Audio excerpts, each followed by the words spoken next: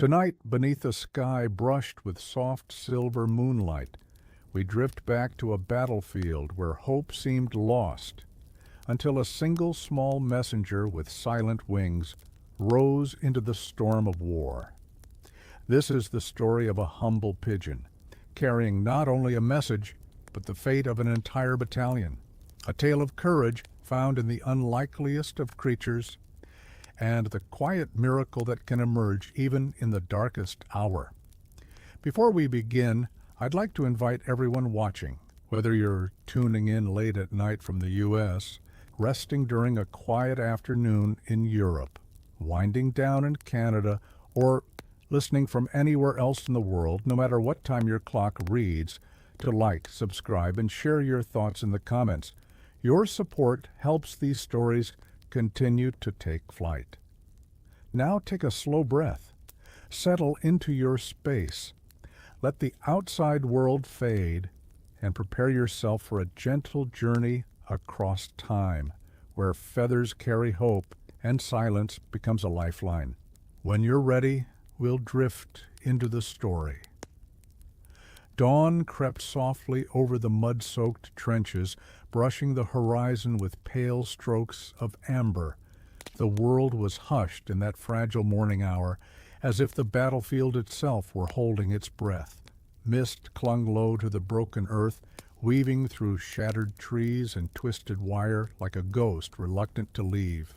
In that stillness, the men of the 9th Battalion stirred from uneasy sleep, blinking wariness from their eyes as the cold seeped into their bones. The sound of distant artillery grumbled somewhere far beyond the ridge, a reminder that peace was only an illusion here, thin, temporary, and trembling. Yet within the battalion's small makeshift communication hut, there was a pocket of calm. There, perched on a simple wooden shelf, the pigeons rested quietly within their wicker travel baskets.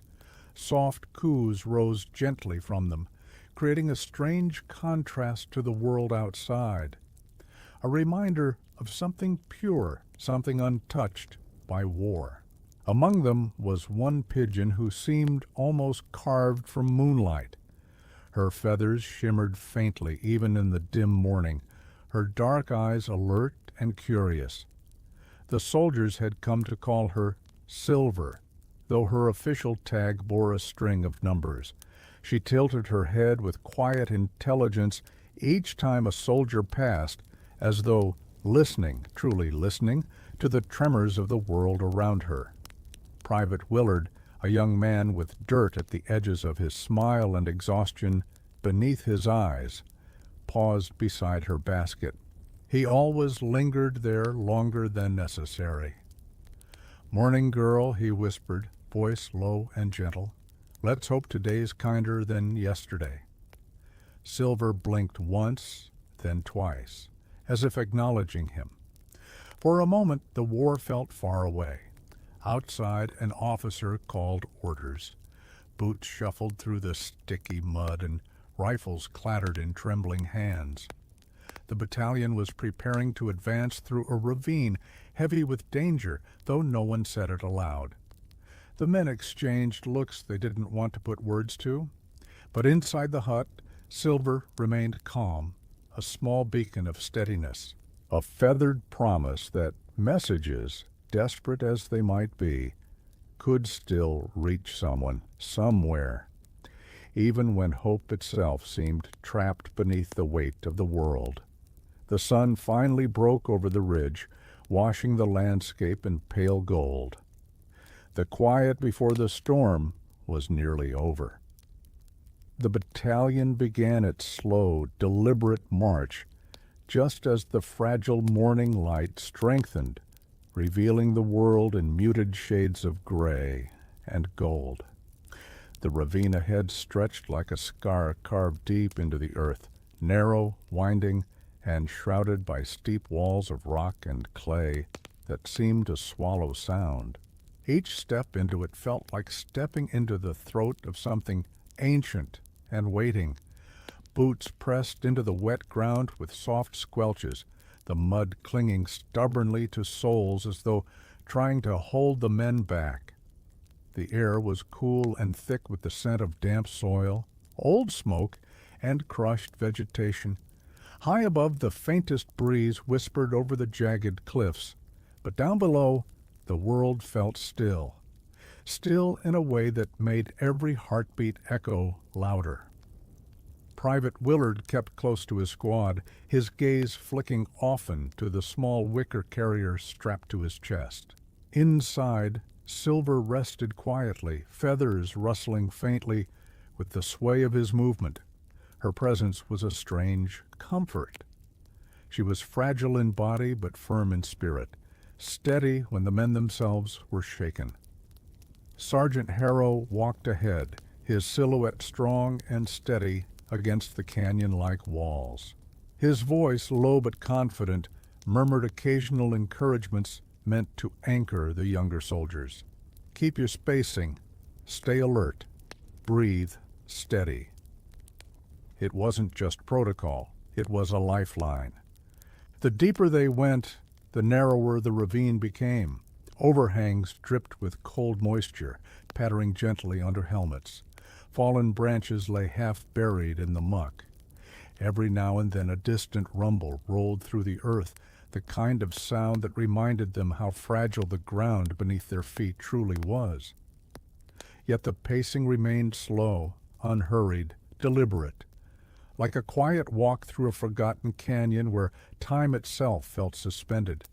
When the men looked up, slivers of sky peeked between the cliffs. The streaks of blue were faint, but they offered a whisper of something beyond fear, something wide, open, and untouched. Silver shifted in her basket as if sensing it too, her soft coo blending with the rhythm of marching feet. But unease crept at the edges of their minds. Even the sergeant's shoulders seemed tighter now, though he hid it well. The ravine had gone far too quiet. No wind, no birds, no distant chatter of enemy lines. Just silence. A silence so complete it felt alive. Still they walked on, one careful step after another. Not because they wanted to, because they had to. The ravine had grown so narrow now that the men could reach out and brush their fingertips along the cold, damp stone on either side. The air felt heavier, as though the world above were pressing down upon them. Every soldier moved with a quiet tension, breath slow, rifle steady, eyes flicking across every shadow. Then a sound, soft, sharp, wrong. A single crack split the silence. For a heartbeat, no one moved. It was as if the world itself inhaled sharply. Then the cliffs erupted. Gunfire rained from above in a terrifying cascade, bullets striking stone with screams of ricochet that echoed through the confined space. Dust exploded from the walls, peppering the men below. Mud splashed upward as soldiers dove for cover where almost none existed. Shouts blended with the metallic roar, rising like a storm trapped inside an iron drum. Sergeant Harrow's voice cut through the chaos, deep and commanding despite the sudden violence. "Take cover! Spread out! Move! Move!" But there was nowhere to spread, nowhere to hide. The ravine that had seemed merely narrow before now felt suffocating, a funnel trapping them in its jaws. Private Willard threw himself behind a fallen slab of rock, pressing his back against the cold surface as bullets carved angry lines into the earth around him. He clutched the wicker carrier instinctively, shielding Silver with one arm even as he tried to ready his rifle with the other. Inside the basket, Silver fluttered, unsettled, but not panicked. Her tiny heartbeat drummed against the wicker walls, fast but steady, as if she somehow understood that fear was a luxury neither of them could afford. All around, men called for medics, voices strained and trembling. The sharp tang of gunpowder filled the air, mixing with the metallic scent of disturbed earth. Smoke drifted thickly through the ravine, making the sunlight appear fractured, like shards of broken glass filtering down from above. The ambush was precise, calculated, deadly. Pinned down, the battalion struggled to return fire, the high cliffs turning every shout into a distorted echo. Their bullets hit little but stone. Every second felt stretched thin, fragile, threatening to snap beneath the weight of desperation. Willard looked at Harrow, who crouched a short distance away behind a boulder barely wide enough to shield him. Their eyes met through the haze, fear reflected in one pair, determination in the other. "We can't stay pinned," Harrow called over the chaos. "If we don't get word out—" He didn't finish the sentence. He didn't have to. The truth hung between them like a blade. They were trapped. And if headquarters didn't know their position had been compromised, no help would come. Willard swallowed hard and looked down at the wicker basket. Silver's dark, steady eyes stared back at him, unblinking. She was small, fragile, alone, but in that moment she was their only hope. Gunfire still cracked like tearing branches above the ravine, yet Willard felt everything narrow into a single trembling stillness as he crouched behind the slab of stone.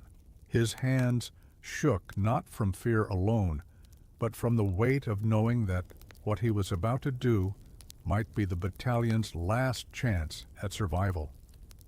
Sergeant Harrow crawled beside him through the dirt and falling dust, keeping his head low as bullets chipped fragments of rock from the walls.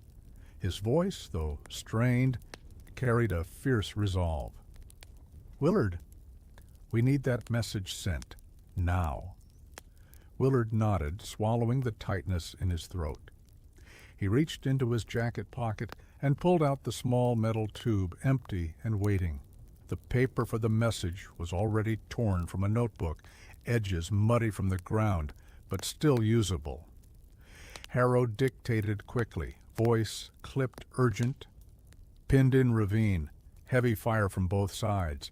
Immediate support required. Coordinates attached." Willard's pencil scratched shakily across the paper, trying to write quickly while his body trembled with each blast.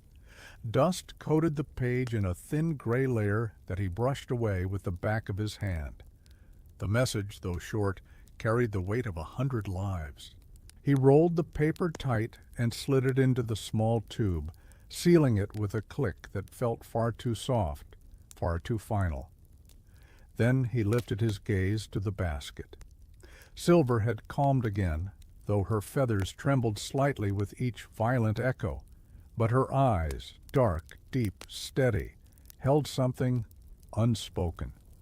A readiness, a quiet courage stronger than any weapon the soldiers carried.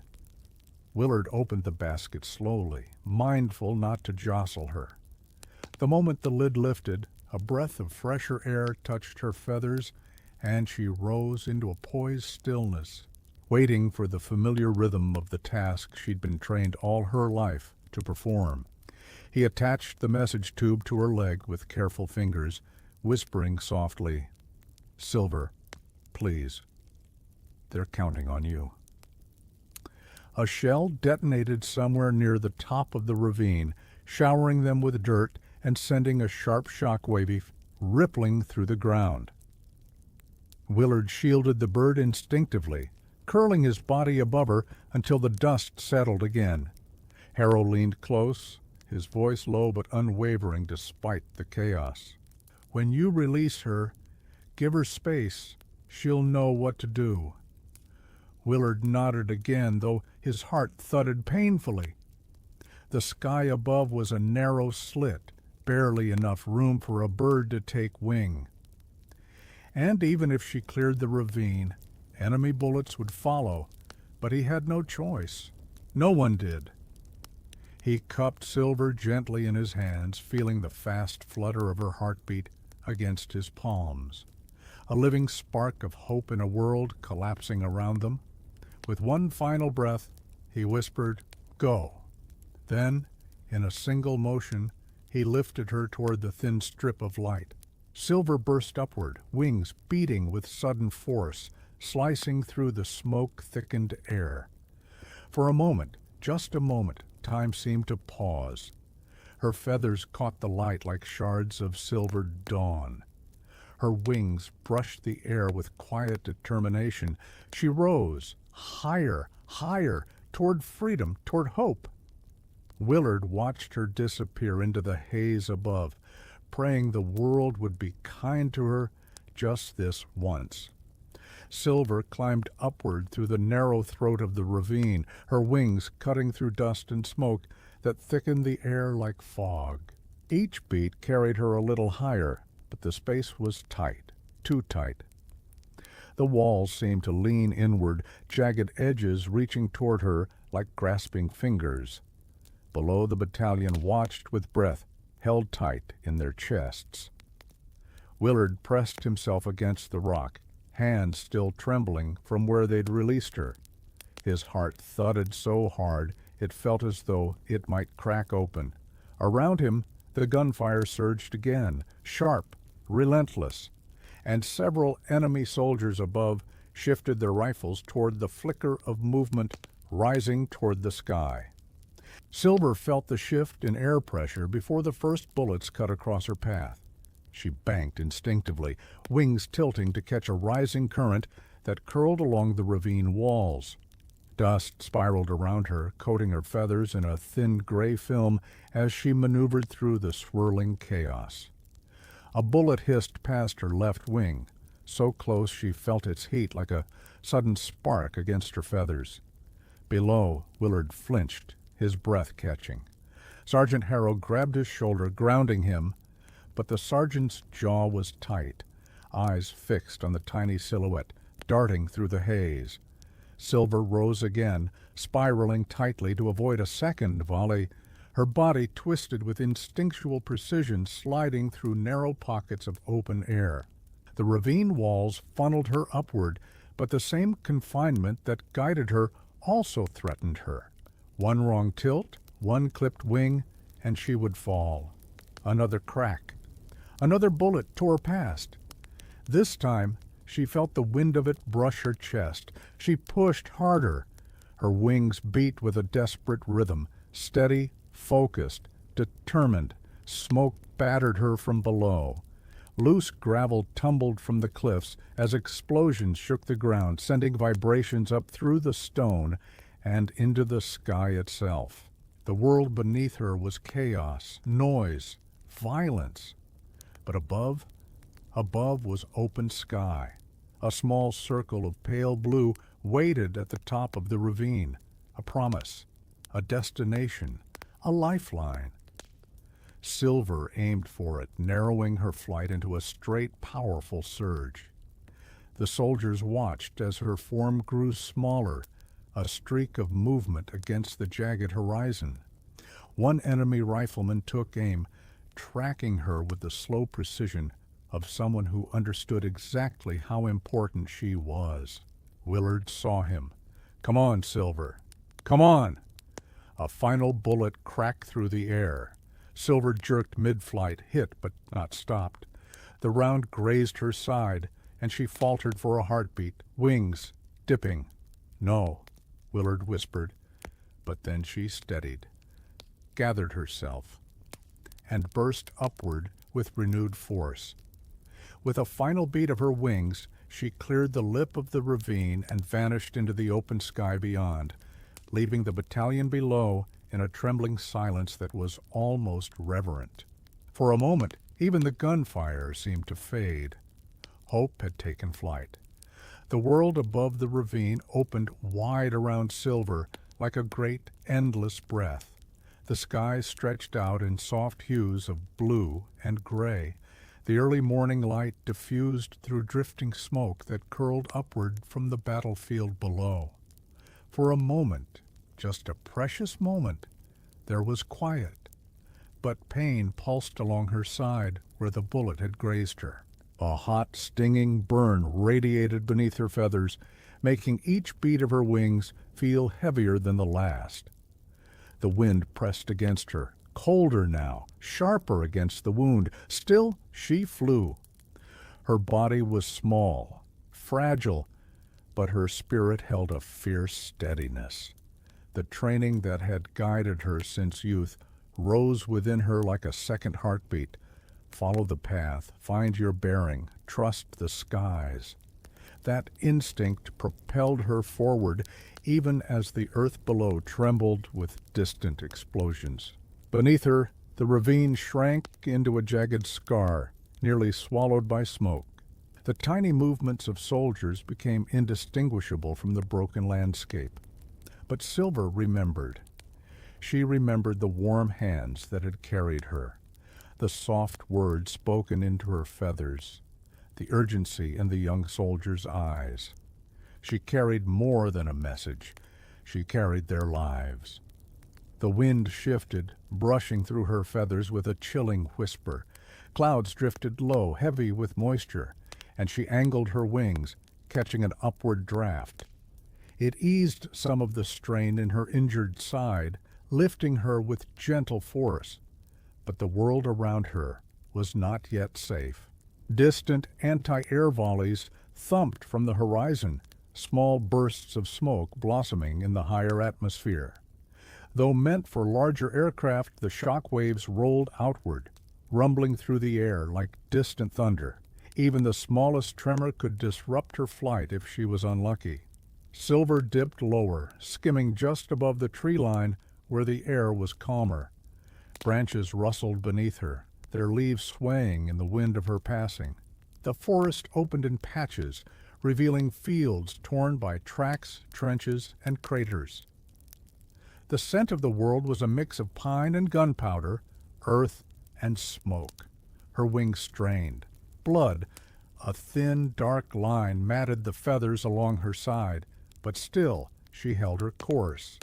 Every few seconds she adjusted, correcting for the pull of the injury, for the uneven weight of her damaged plumage.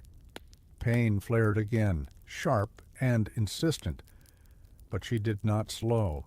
Far ahead, faint but unmistakable, stood the shape of the headquarters post, a cluster of camouflage tents surrounded by signal towers and busy soldiers moving in deliberate, practiced rhythm. It was a place of order in the middle of chaos, and it was her destination. The wind shifted once more, carrying with it the distant rumble of artillery, but for Silver it carried something else too, hope. Thin, fragile, but real. She gathered her strength, wings beating with renewed determination as she angled toward the headquarters. Each moment brought her closer. Each beat brought the battalion closer to rescue. Wounded but unbroken, she flew on. The closer Silver flew toward headquarters, the heavier the world seemed to grow around her. The sky, once a clear expanse of blue, now darkened with drifting smoke that curled upward from distant shell impacts. The air thickened, tasting faintly of ash, and each gust of wind felt colder, sharper, as though testing her strength with every passing moment. Her wings trembled, not from fear, but from fatigue. The wound along her side had begun to stiffen, the drying blood pulling at delicate feathers with each motion. Every beat of her wings required just a little more effort, a little more focus. Still she held her course, though the ground seemed to rise and fall beneath her in uneven waves.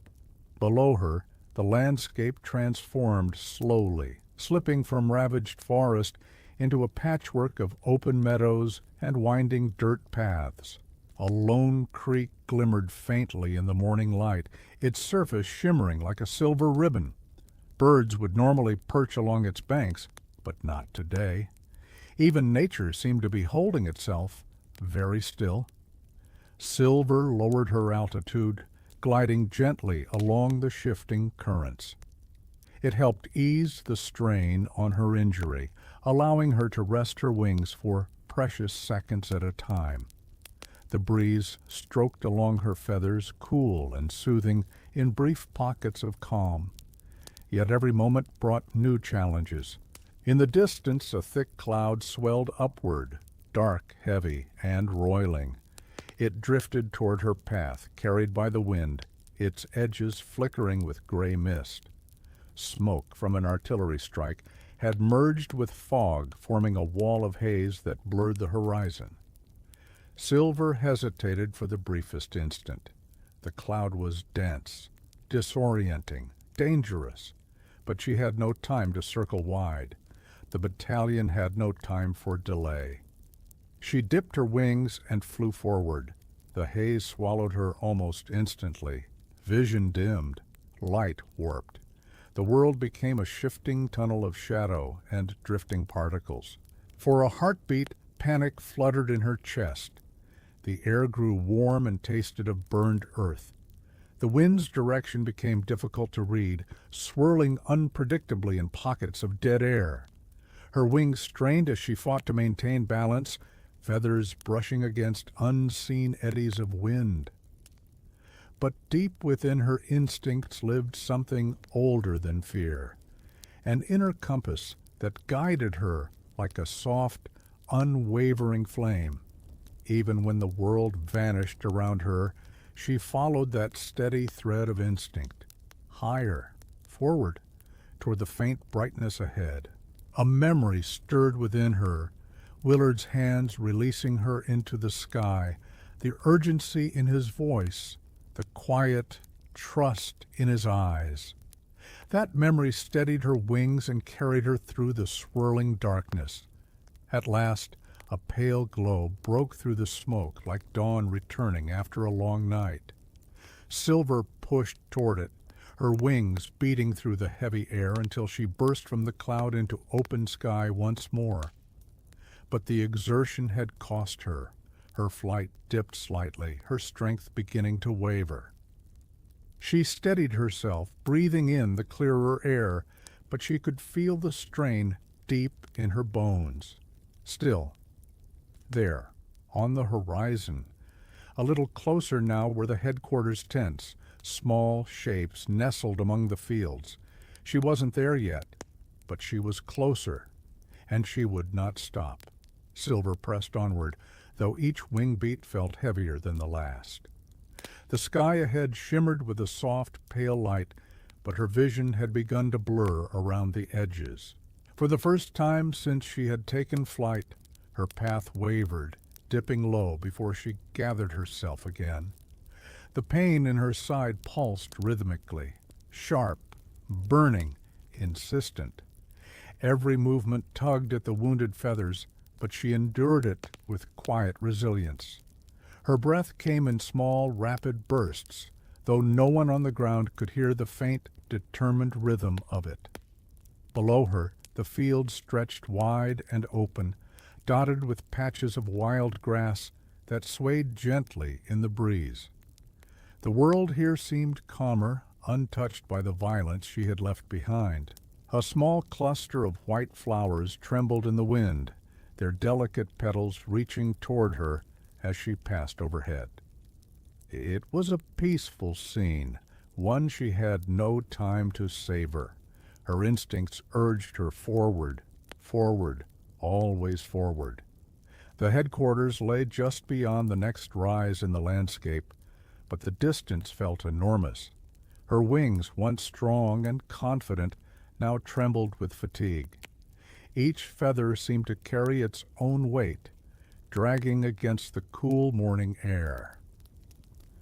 A soft gust lifted her, giving her a moment of ease. She rode it gratefully, allowing the wind to bear some of her burden. For a brief moment she felt lighter again, almost as though she were gliding through a memory of flight rather than the painful reality of it. In that moment, her mind drifted unconsciously to the battalion she had left behind. She could not understand war, nor strategy, nor danger in the way humans did. But she understood emotion, the quiet tension in their hands, the urgent pounding of their hearts, the tremor in Willard's voice when he whispered her name. She had felt their fear and their hope.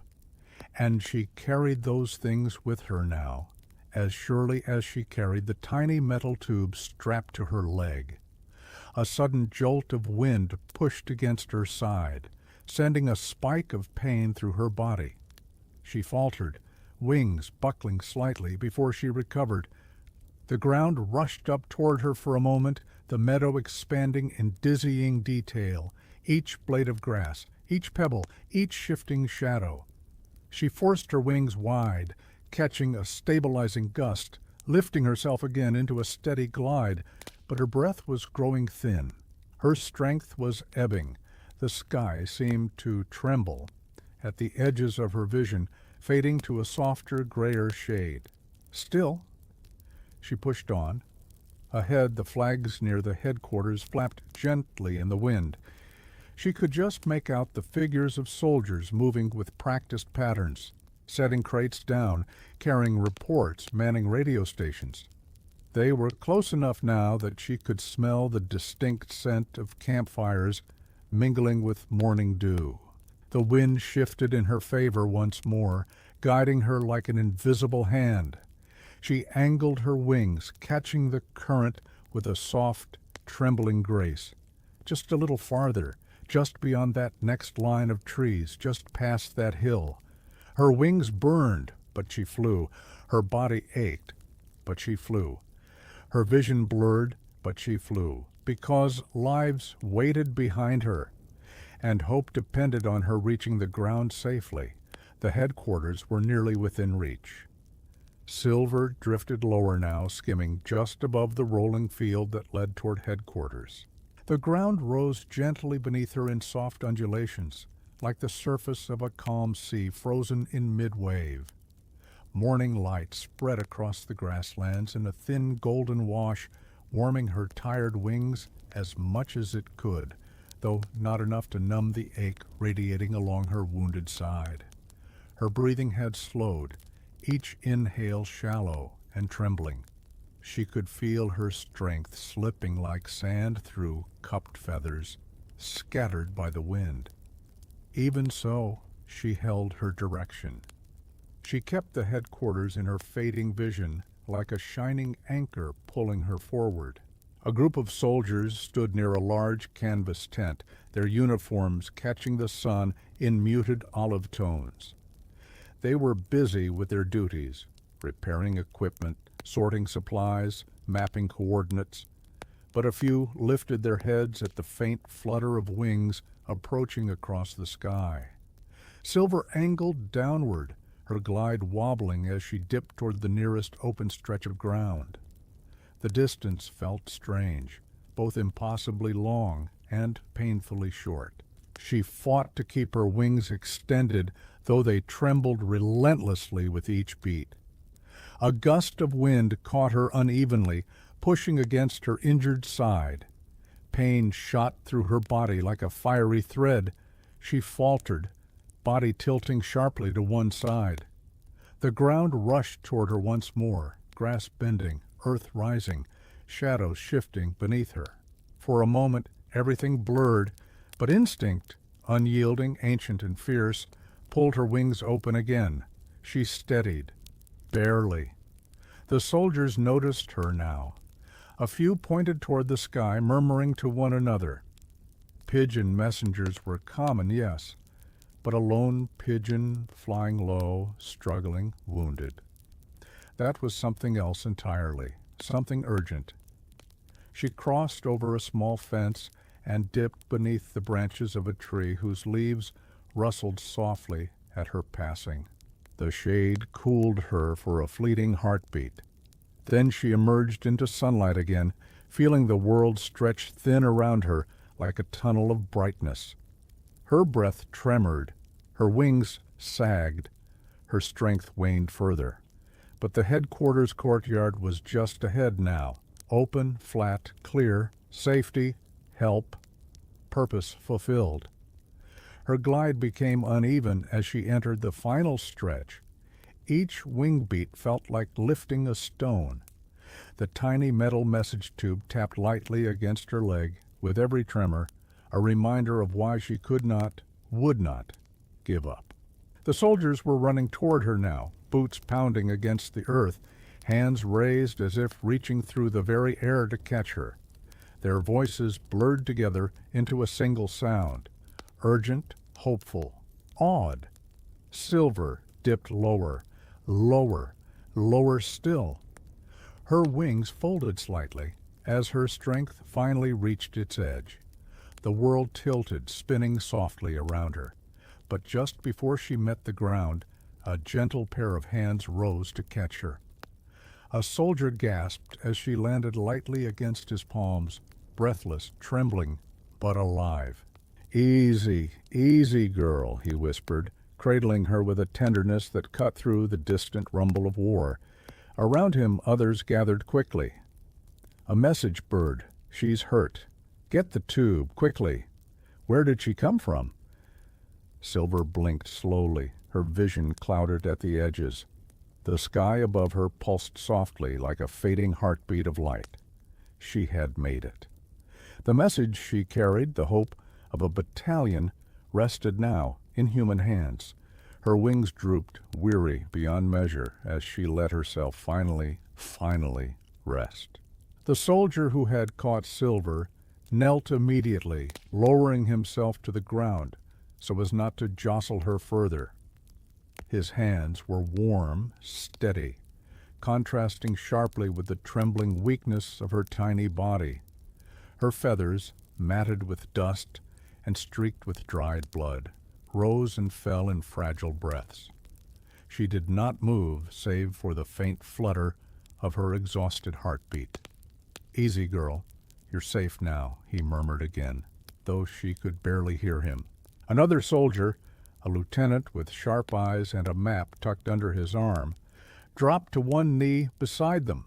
His gaze flicked instantly to the metal tube strapped to her leg. He reached for it with steady urgency, fingers working quickly but carefully as he twisted it free.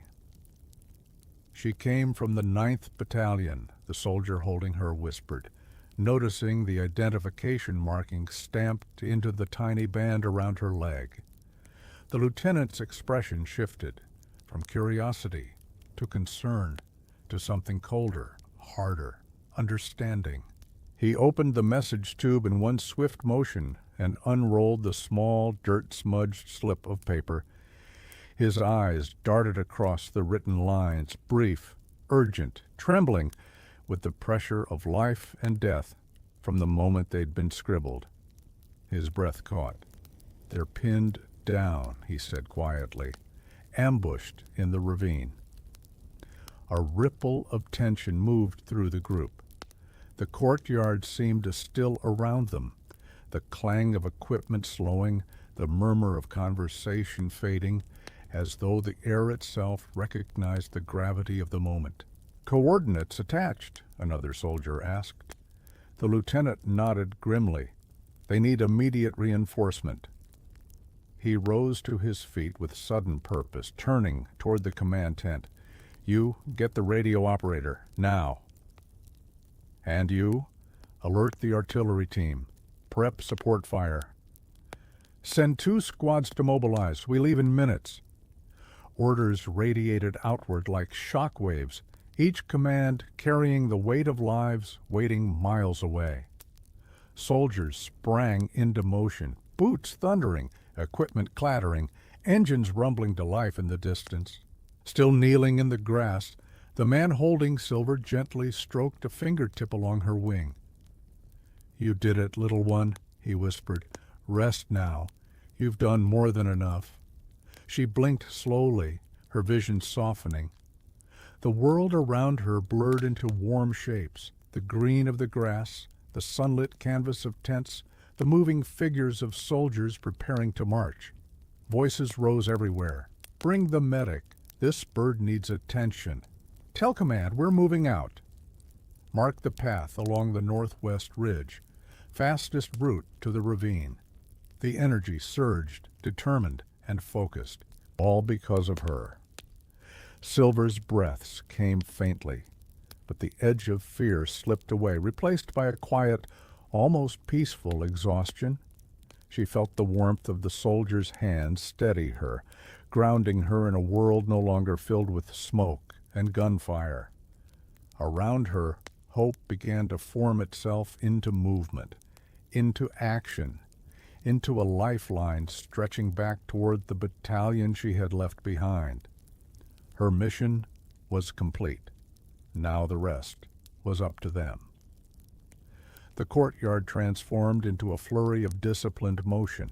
Soldiers who, moments ago, had been tending to morning routines now moved with sharp purpose. The metallic clink of weapons being loaded mixed with the low hum of vehicles warming up. Maps were unrolled across makeshift tables, fingers tracing routes with urgency but precision. The air itself seemed charged, alive with resolve. Inside the communication tent, radio operators leaned over their sets, sending rapid bursts of information across the network. Static crackled, voices replied, distances confirmed. The rescue effort was forming as swiftly as breath forming in cold morning air. Silver lay nestled in a soft cloth the medic had placed beneath her. She could no longer lift her head, but her eyes moved, tired, slow, but aware. She saw Boots passing steadily in front of her, legs striding with direction and purpose. She heard the murmur of voices rising and falling like waves washing across a distant shore. "Pressure's stable," the medic whispered, as he cleaned her wound with gentle fingers. "She's lost blood, but she's strong. She'll make it." A soft murmur of agreement rippled from the soldier who'd caught her. "She's a hero," he said quietly. "Little thing like her, carrying all that weight." The medic smiled faintly. Sometimes the smallest wings carry the heaviest burdens. Beyond their voices, the rescue groups formed ranks. A captain paced before two squads of infantry, faces set, eyes focused. "The battalion is trapped with no room to maneuver. We'll advance along the north ridge to flank the enemy positions. Artillery support will cover their withdrawal. Move quickly, stay low, and keep your spacing." Engines rumbled in the background, growing louder as trucks revved to life. Canvas flaps fluttered in the wind as soldiers climbed aboard. The smell of diesel mingled with morning dew, creating an earthy electric atmosphere, both grounded and tense. Silver's breathing softened into a faint rhythm. Her body sagged into the medic's cloth, exhaustion claiming her fully now that her mission was done. She could not follow the words around her, but she felt the shift, felt the surge of energy moving toward a single purpose, to save those she had left behind. The soldier knelt beside her once more. His hand hovered over her, gently, cautious, not to add pressure to her fragile frame. "You rest now," he whispered. "We'll take it from here." The medic nodded toward the approaching lieutenant. "Rescue team ready?" "Ready," the lieutenant replied. "We move out in 60 seconds. A horn sounded across the camp, low, steady, a call to action. Men rose to their feet, adjusting helmets, checking rifles one final time. Boots stomped against the ground in unison as they assembled into formation. Every moment was heavy with determination. Every breath was a promise. And Silver, small, wounded, but resolute, had lit the spark that moved them all. As the first trucks rolled forward and the rescue mission began, the medic gently covered her with a soft cloth to shield her from the chill. She closed her eyes, letting darkness settle around her like a warm, quiet night. Her wings had carried her far. Now it was time for others to carry the fight. The rescue convoy moved swiftly across the uneven terrain, engines rumbling low as trucks and armored carriers followed the winding path toward the ravine. The early light had sharpened into a brighter, steadier glow, brushing the world with tones of pale gold and silver. Dust rose behind the wheels and gentle clouds that drifted across the air like mist stirred awake. Inside the lead truck, the lieutenant studied the map unfolded across his lap. His finger traced the narrow pass leading toward the ravine's entrance. "We approach from the north ridge," he said to the captain beside him. "High ground first. They'll have eyes on us otherwise." The captain nodded, jaw set with determination. "If the Ninth is still holding out, they'll hear us coming. Let's make sure they know help is on the way." The soldiers riding in the back swayed with the motion of the vehicle. Some checked their rifles with steady hands. Others closed their eyes briefly, breathing slow, centering themselves. Despite the tension, a quiet hope flickered among them, fragile but very much alive. A small ripple of wind swept through the open canvas flap behind them, carrying with it the faint scent of pine and churned earth. One soldier gazed out the back, watching the trees slip by in blurred greens and browns. "Hard to believe one little bird got us all moving like this," he murmured. Another soldier, tightening his helmet strap, nodded. Not just a bird, a message, a chance. The convoy slowed as the terrain shifted, rising into a series of slopes and ridges. Engines strained softly as vehicles climbed the incline, tires crunching against scattered gravel. From the crest, the landscape opened wide beneath them, rolling forests, scarred fields, and far away, faint plumes of dust rising from the ravine. The captain lifted his binoculars, scanning the horizon. "There," he said quietly. "Smoke. Movement. That's them." The lieutenant leaned forward, eyes narrowing. "And enemy positions along the ridge. They've dug themselves in." He lowered the binoculars and signaled to the artillery team, riding behind them. "Prepare for covering fire." The artillery crew nodded, already adjusting their equipment, murmuring calculations under their breath. The convoy stopped at the edge of the ridge overlooking the ravine. Engines quieted one by one, replaced by the low hum of preparation. Soldiers disembarked quickly but cautiously, boots sinking slightly into the soft earth. They moved into position, spreading out along the ridge with practiced precision. From up here, the ravine looked even more treacherous, a jagged wound carved into the earth, shadowed by steep cliffs and filled with billowing smoke. Echoes of distant gunfire rolled up the slopes, carrying the strain of a fight that had lasted far too long. A young corporal knelt beside a rock, lifting his rifle and peering down the slope, his breath caught. They're pinned tight, enemies firing from both sides. The lieutenant nodded grimly, just like Silver's message said.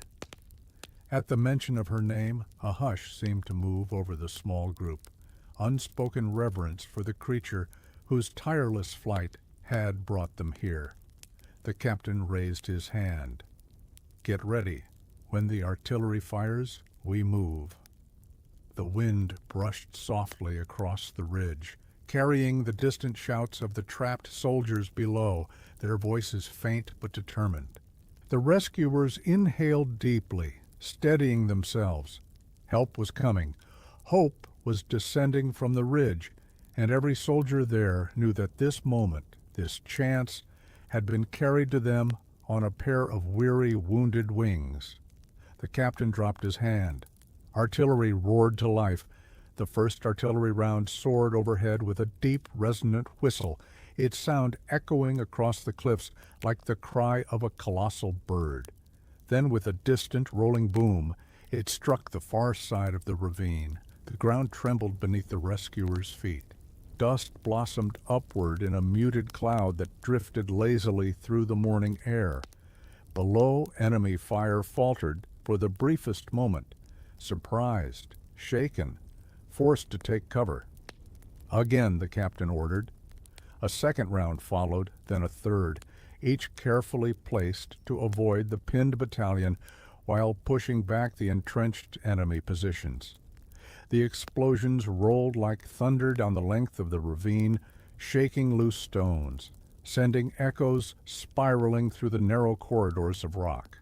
From their vantage on the ridge, The rescue squads could see movement shifting below, enemy silhouettes scrambling to reposition, their lines breaking apart under the sudden pressure. Now was the moment. "Move!" the lieutenant shouted. "Down the slope! Keep low!" The soldiers descended the ridge in swift, controlled strides. Boots tore through loose soil, hands brushed along rocky surfaces for balance, and breaths came steady despite the intensity of the moment. The sun dipped behind a passing cloud, casting the descent in a soft dimness as though the world itself were holding its breath. Wind whipped gently across their faces, carrying the mingled scents of smoke and morning earth. The trees lining the ridge rustled softly, as if whispering encouragement. Below them, the ravine's mouth widened, a shadowed entrance that pulsed with bursts of gunfire. But now the sounds were uneven, faltering. The battalion still fought, but their fire had gained a renewed rhythm, as though the very echo of artillery had breathed strength back into their arms. The first squad reached the bottom of the slope and took cover behind a cluster of boulders, their rifles lifted in near-perfect unison. "Cover their flank," the lieutenant called out. "Push them back." Shots rang out, sharp and precise.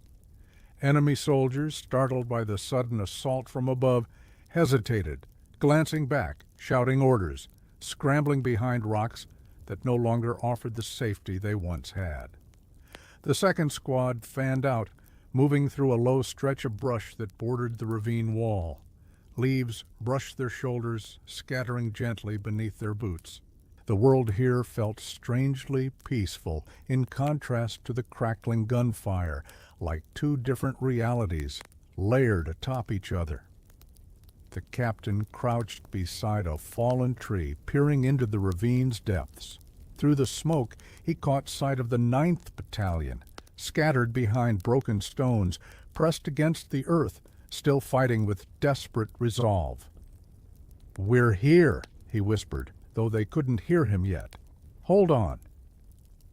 A final artillery burst shook the ridge behind them.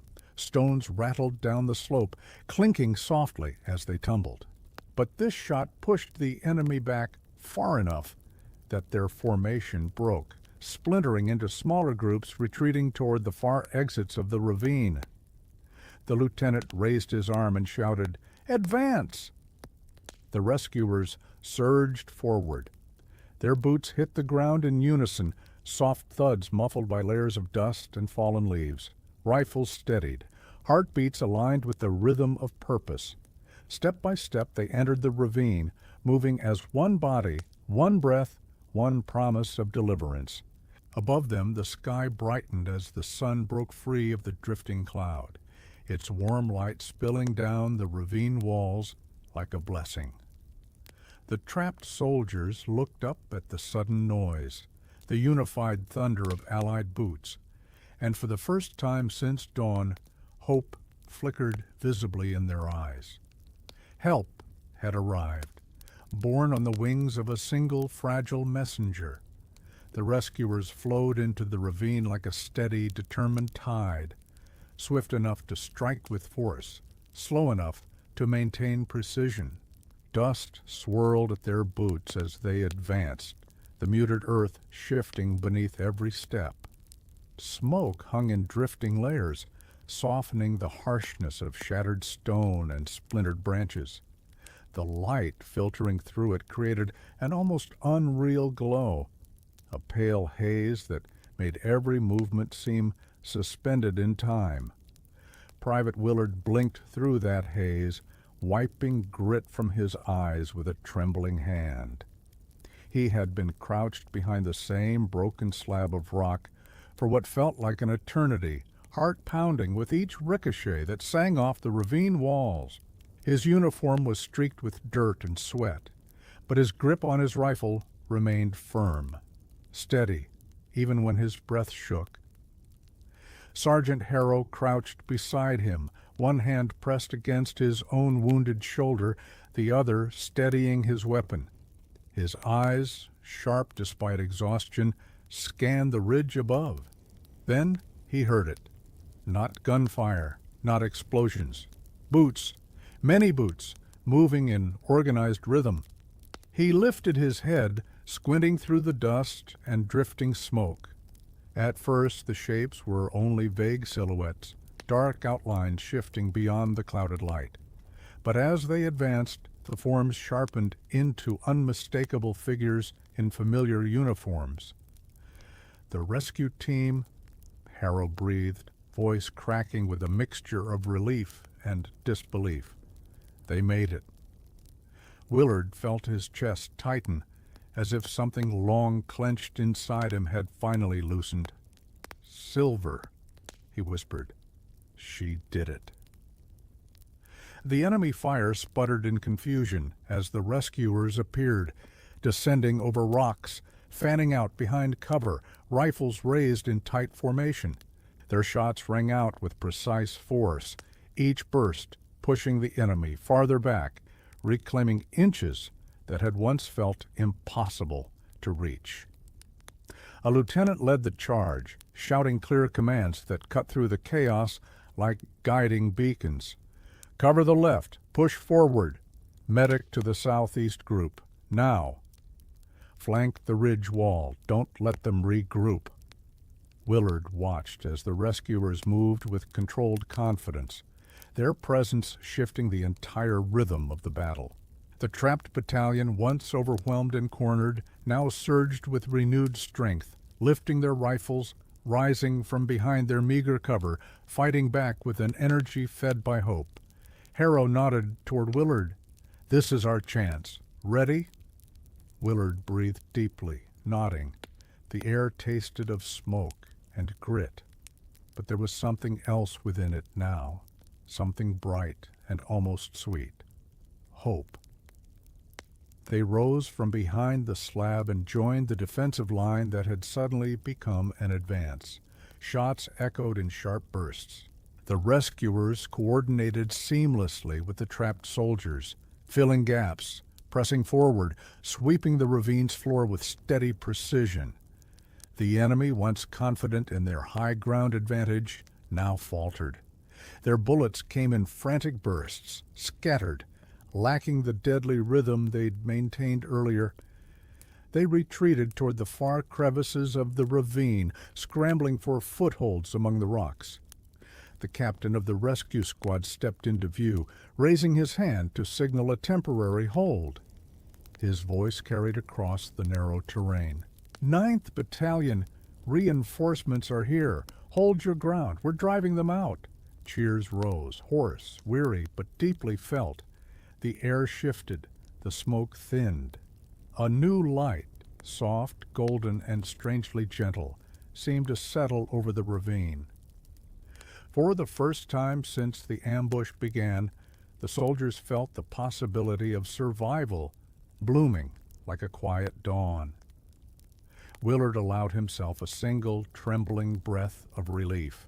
Not full relief, not yet, but enough to steady his heart. He looked toward the strip of sky above.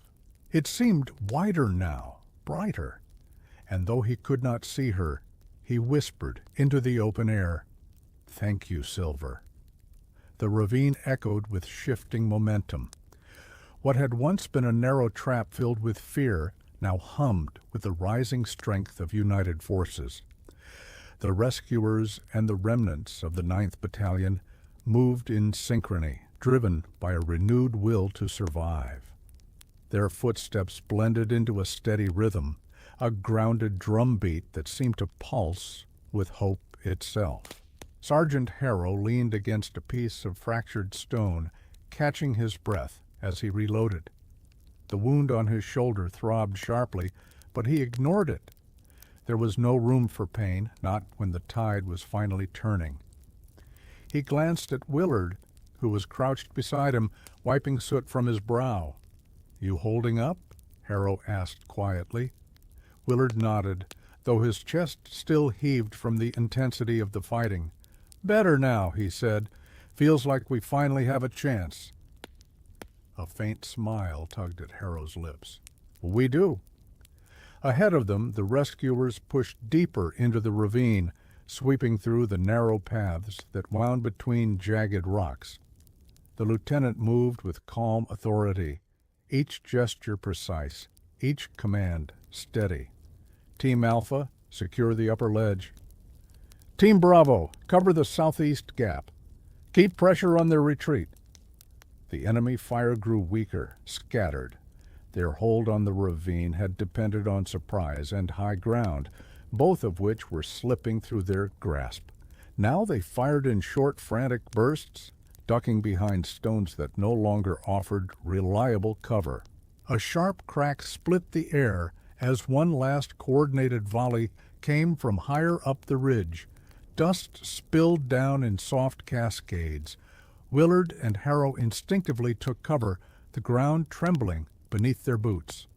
"That's their final push," Harrow murmured. "Desperate." Willard steadied his rifle. "Then we finish this." Side by side they joined the line, advancing along the shaded corridor of rock. The light filtered in gently above, creating soft halos that glowed through the drifting dust. Every sound, every footstep, every shouted order, every distant echo felt wrapped in a strange, quiet resolve, as though the ravine itself had begun to calm. A group of rescuers emerged from behind a rocky outcrop, waving to signal that the far ledge was secure. The lieutenant raised his fist to halt forward movement briefly, assessing the terrain. His gaze swept the ravine floor, the abandoned enemy rifles, the dwindling movement across the ridge. "They're breaking," he said. "We push forward and clear the last line." A chorus of nods followed. The final advance began with deliberate, steady steps. Soldiers moved from cover to cover, their rifles steady, but their breaths calm.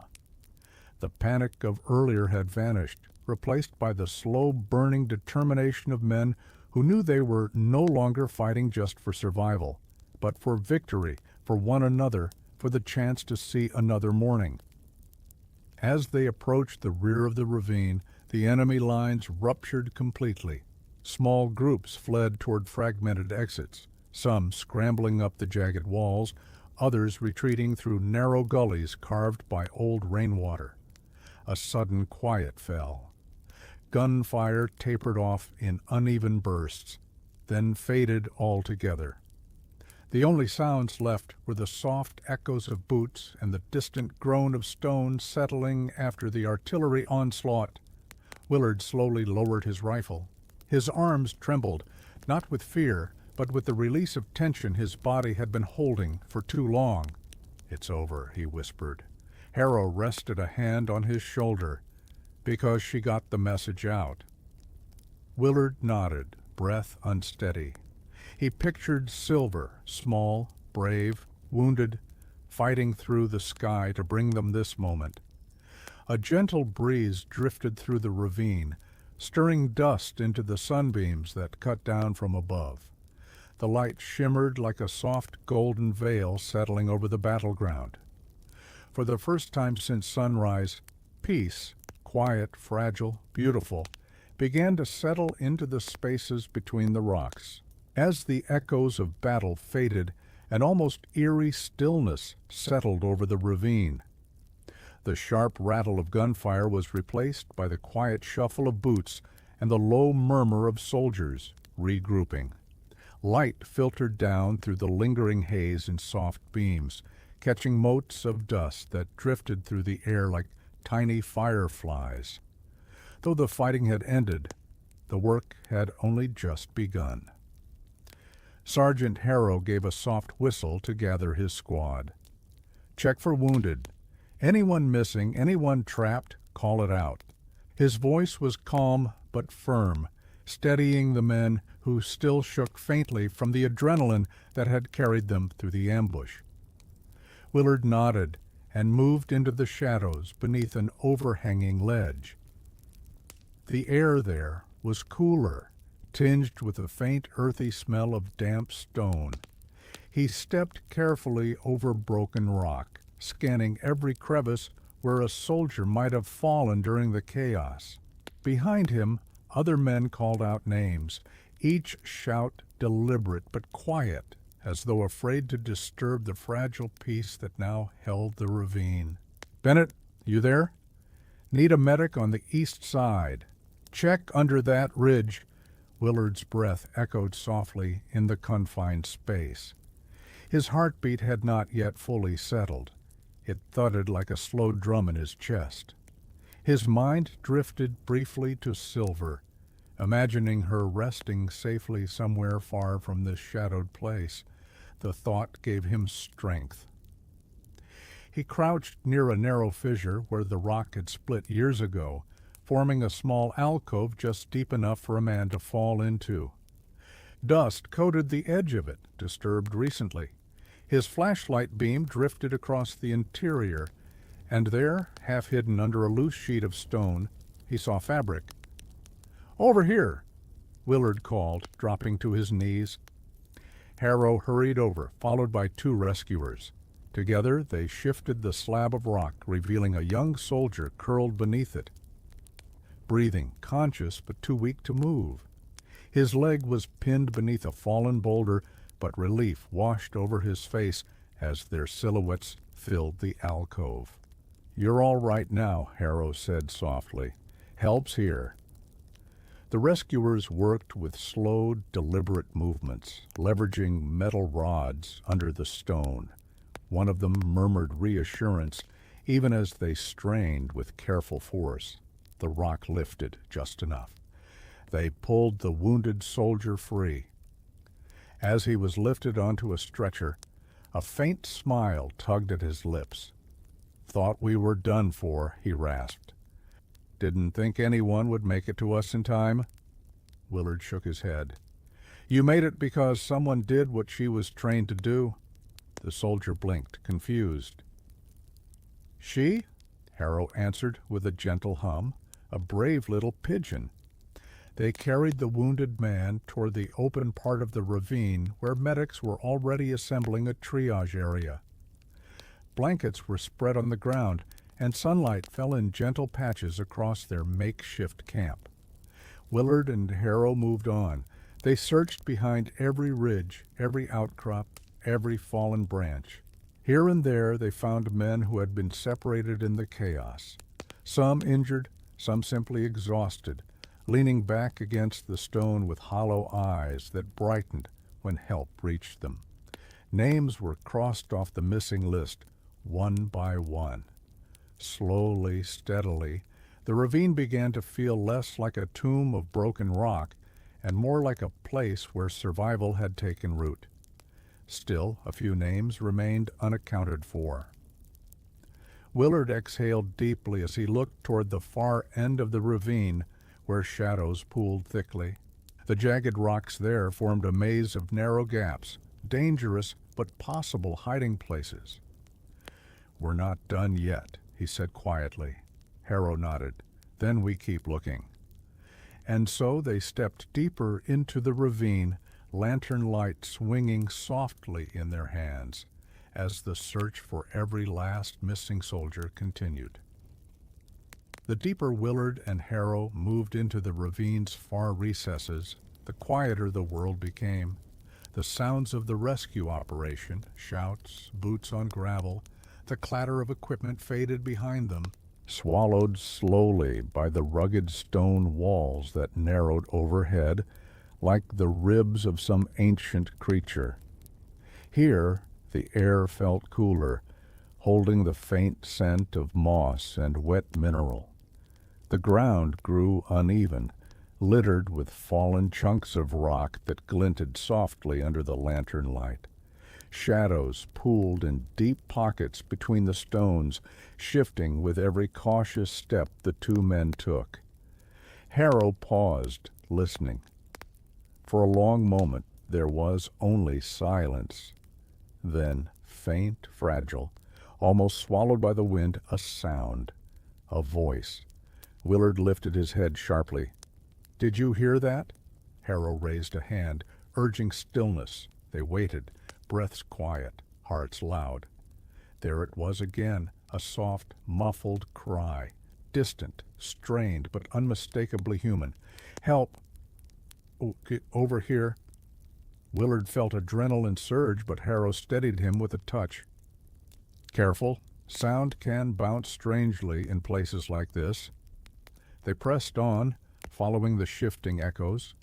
The lantern cast warm, gentle arcs across the stones, revealing patches of torn earth and boot prints half obscured by dust. Each footprint felt like a clue, a breadcrumb trail left behind by someone desperate to be found. The cries grew clearer as they rounded a bend in the ravine, a narrow passage where the walls closed in tightly, forcing them to move sideways through the gap. The stones scraped faintly against their gear. The air felt close here, as if it had been trapped for years. Beyond the tight passage, the ravine opened abruptly into a small hollow. Moonlight like daylight filtered down through a jagged crack above, illuminating a cluster of rocks piled in a haphazard collapse. And beneath those rocks, a pair of boots protruded. Willard's breath caught. "Someone's down!" They rushed forward. As they approached, the boots shifted slightly, accompanied by a low groan of pain. Relief washed through Willard so fiercely his knees threatened to give. "Hold on!" Harrow called gently.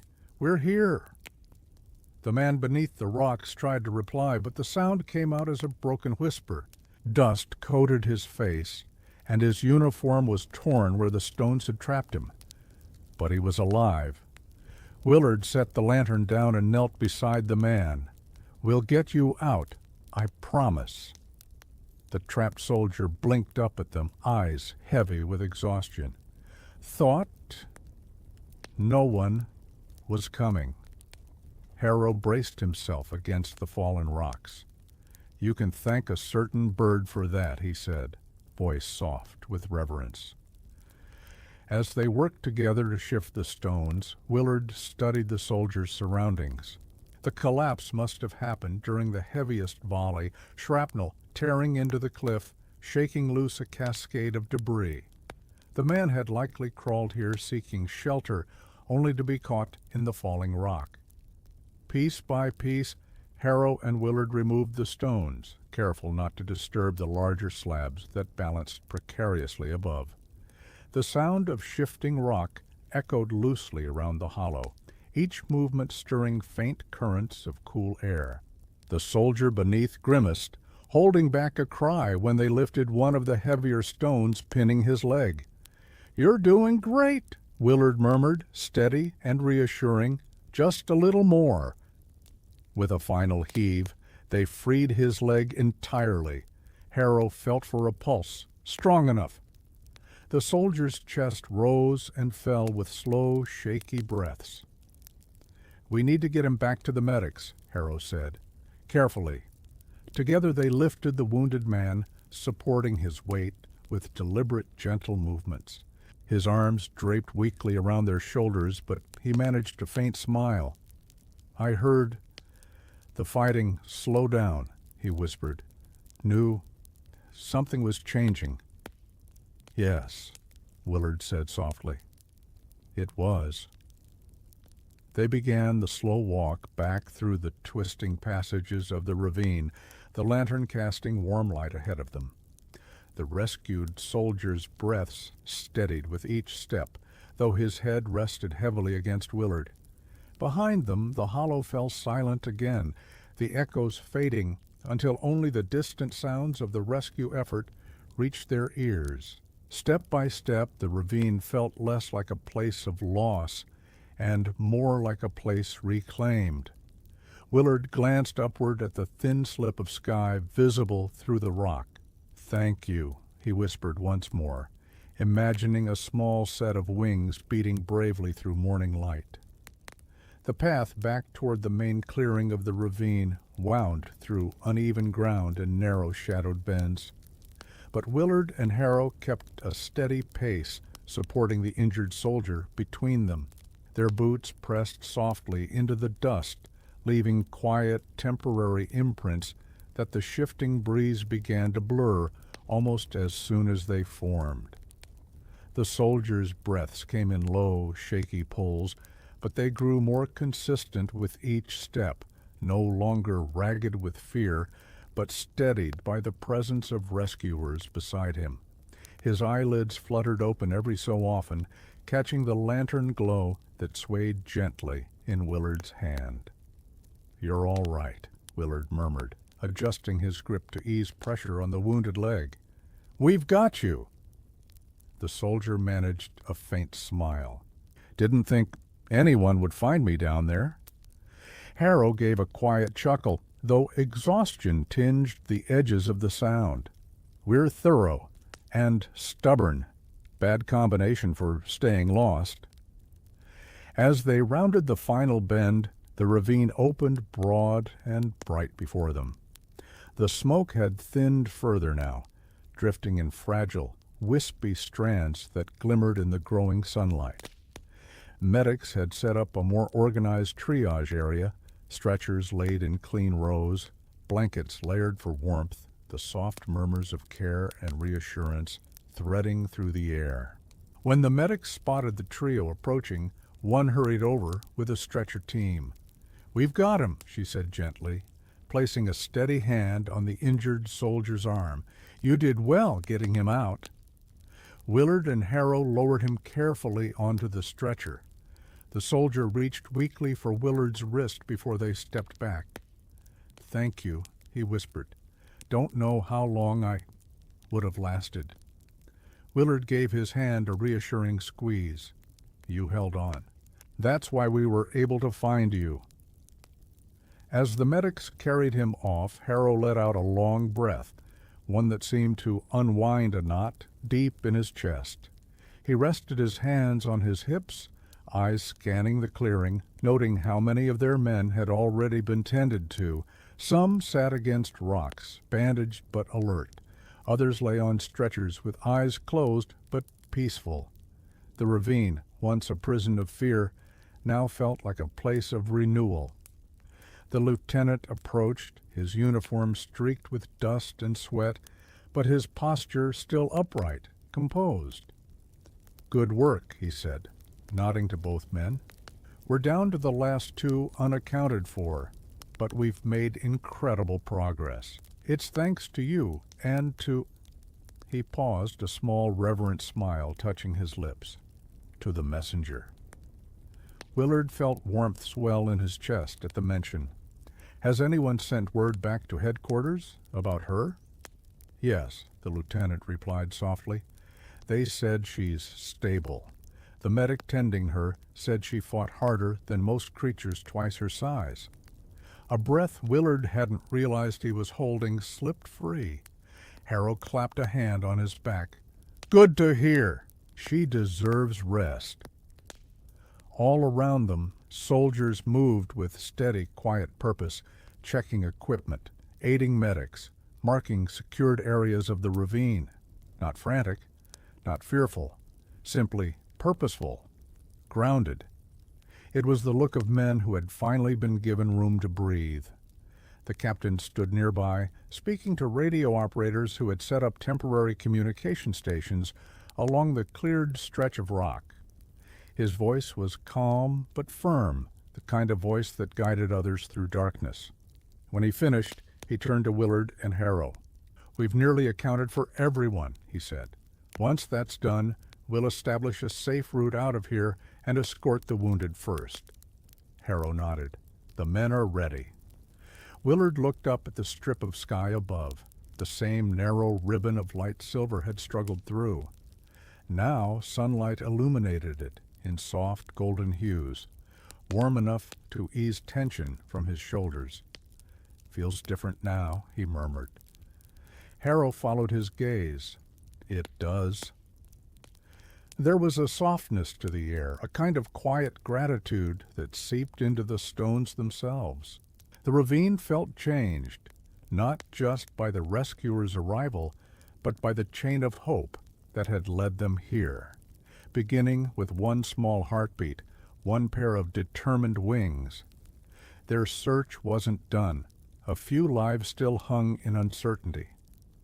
but the weight of gratitude, deep, overwhelming, steady, spread through their ranks like a slow, warming tide. And for the first time, Willard felt sure they would leave this place together.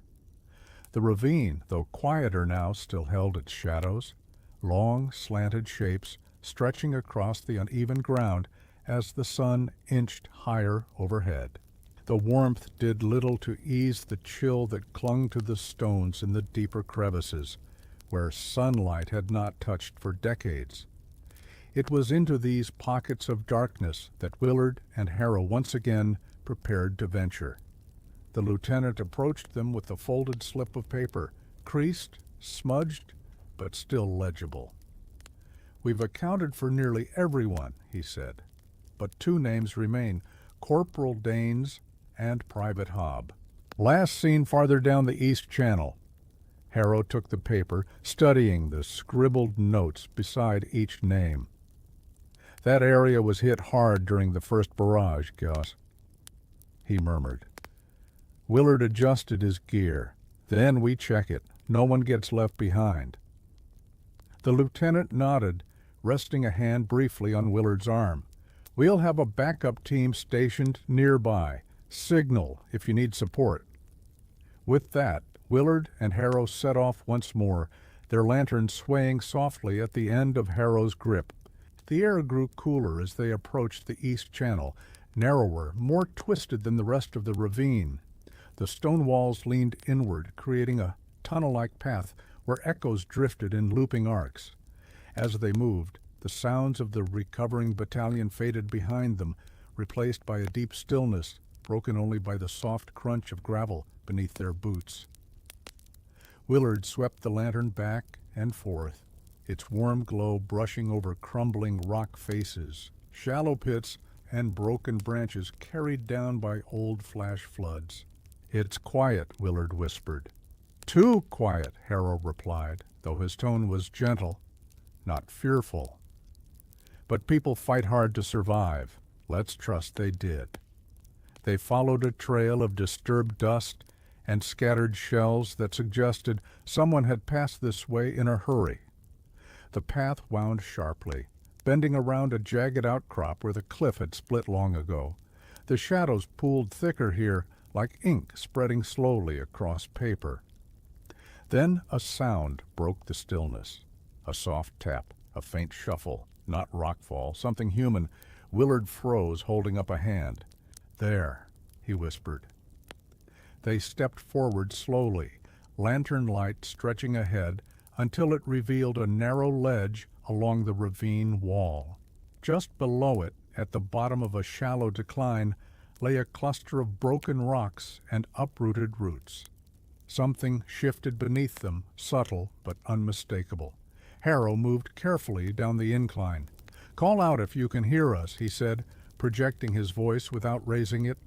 After a moment, a faint reply. "Oh, here, down here." The relief was so palpable that Willard felt his knees weaken. "That's one of them," he said, already stepping down beside Harrow. The rocks shifted again, this time intentionally. A hand emerged, pushing weakly at the loose debris. They hurried forward, lifting stones aside until a face appeared beneath them. Corporal Danes, dust-covered, bruised but alive. Willard knelt beside him. "We've got you," he said softly. "Just hold on." Danes exhaled shakily. "Private Hobb," he went further in, said he'd look for a better hiding spot. Harrow exchanged a look with Willard, one filled with quiet determination. "Can you walk?" Harrow asked. Danes shook his head faintly. "Legs trapped. Might be broken." "All right," Harrow said gently. "We'll get you to the medics. But first, we find Hobb." Danes nodded, eyes closing briefly in relief. "Thank you." Willard secured the corporal as comfortably as possible before signaling to the backup team waiting near the bend. They arrived swiftly, lifting Danes onto a stretcher with practiced care. Once he was safely in their hands, Willard and Harrow turned toward the darker stretch of the channel ahead. The passage narrowed further, the walls rough and jagged, as though hewn by some ancient force. Their lantern cast trembling shadows across the stone.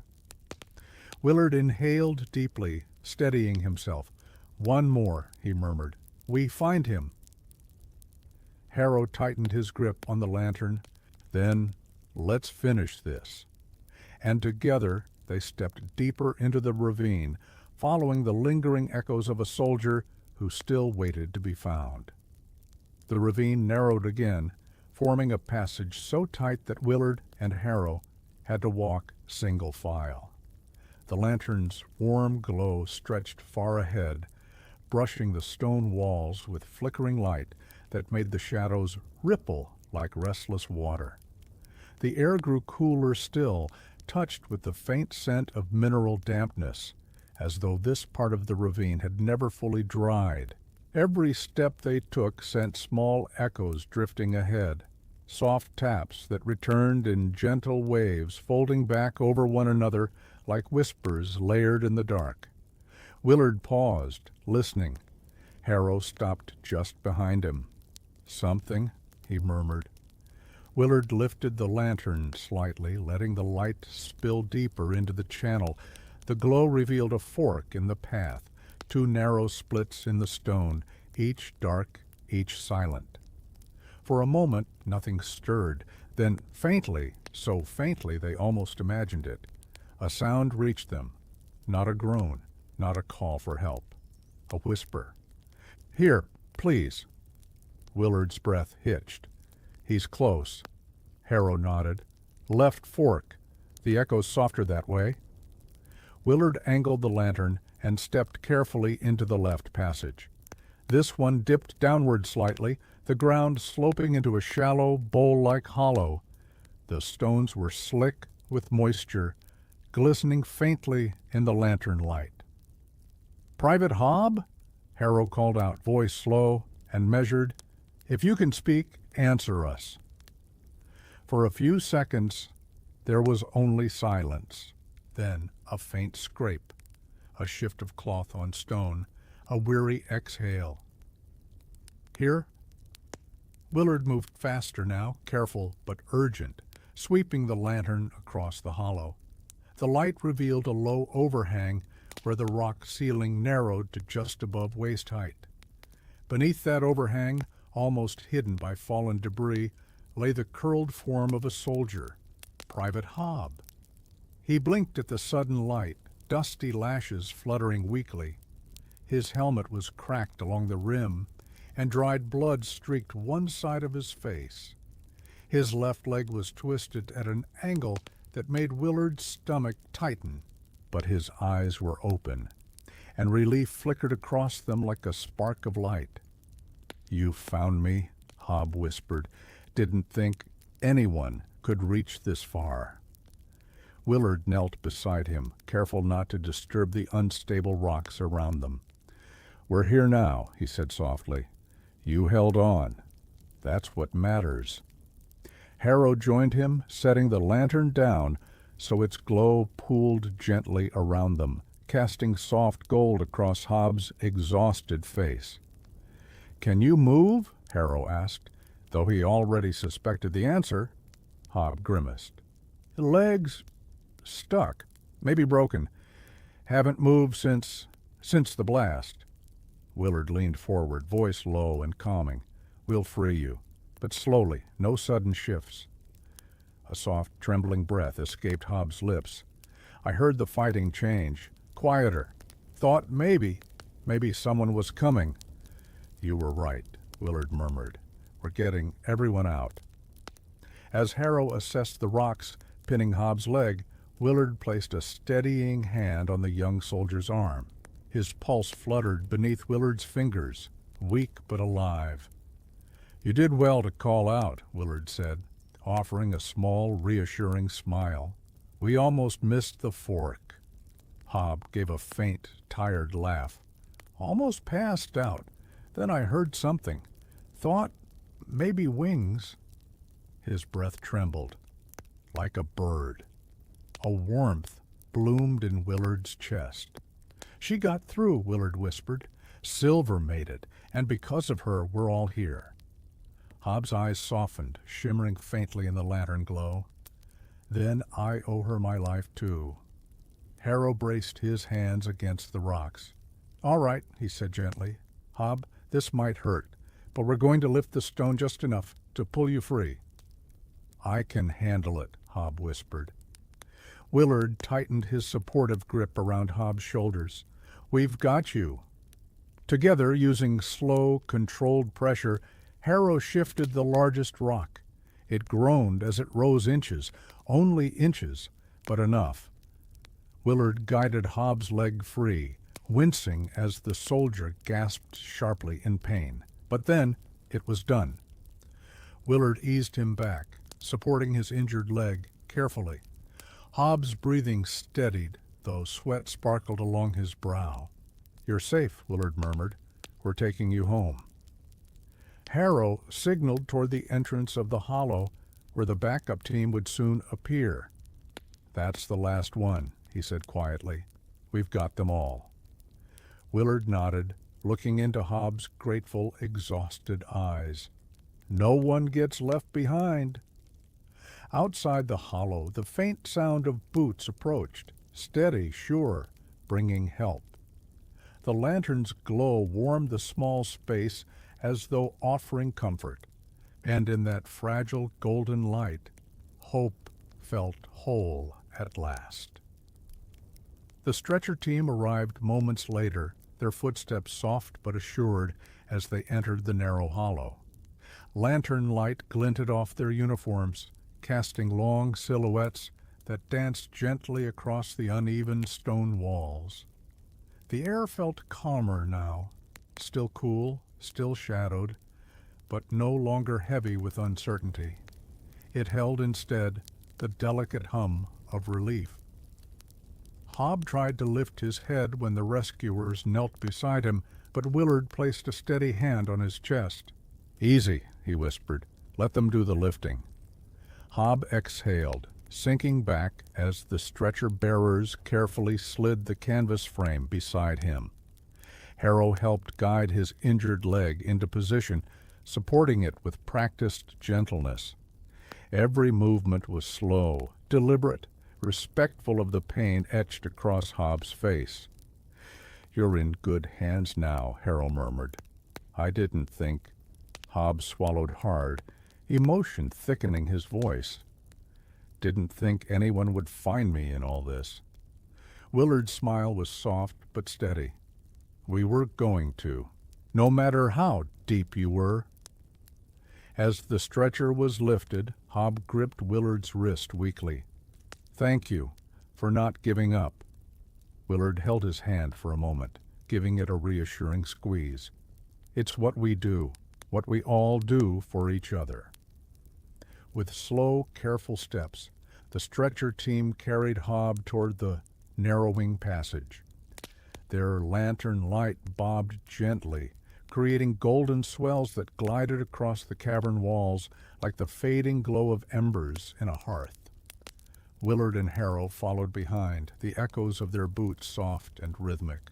The tight corridor that had once felt imposing and uncertain now seemed merely a path, another thread in the ravine's tangled weave, leading them back toward open space.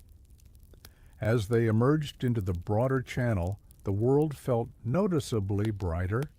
The haze had lifted further, revealing soft sunbeams filtering down in warm columns. They fell across the ground in gentle patterns, illuminating patches of dust and scattered leaves. The ravine, for all its scars, now held a quiet warmth.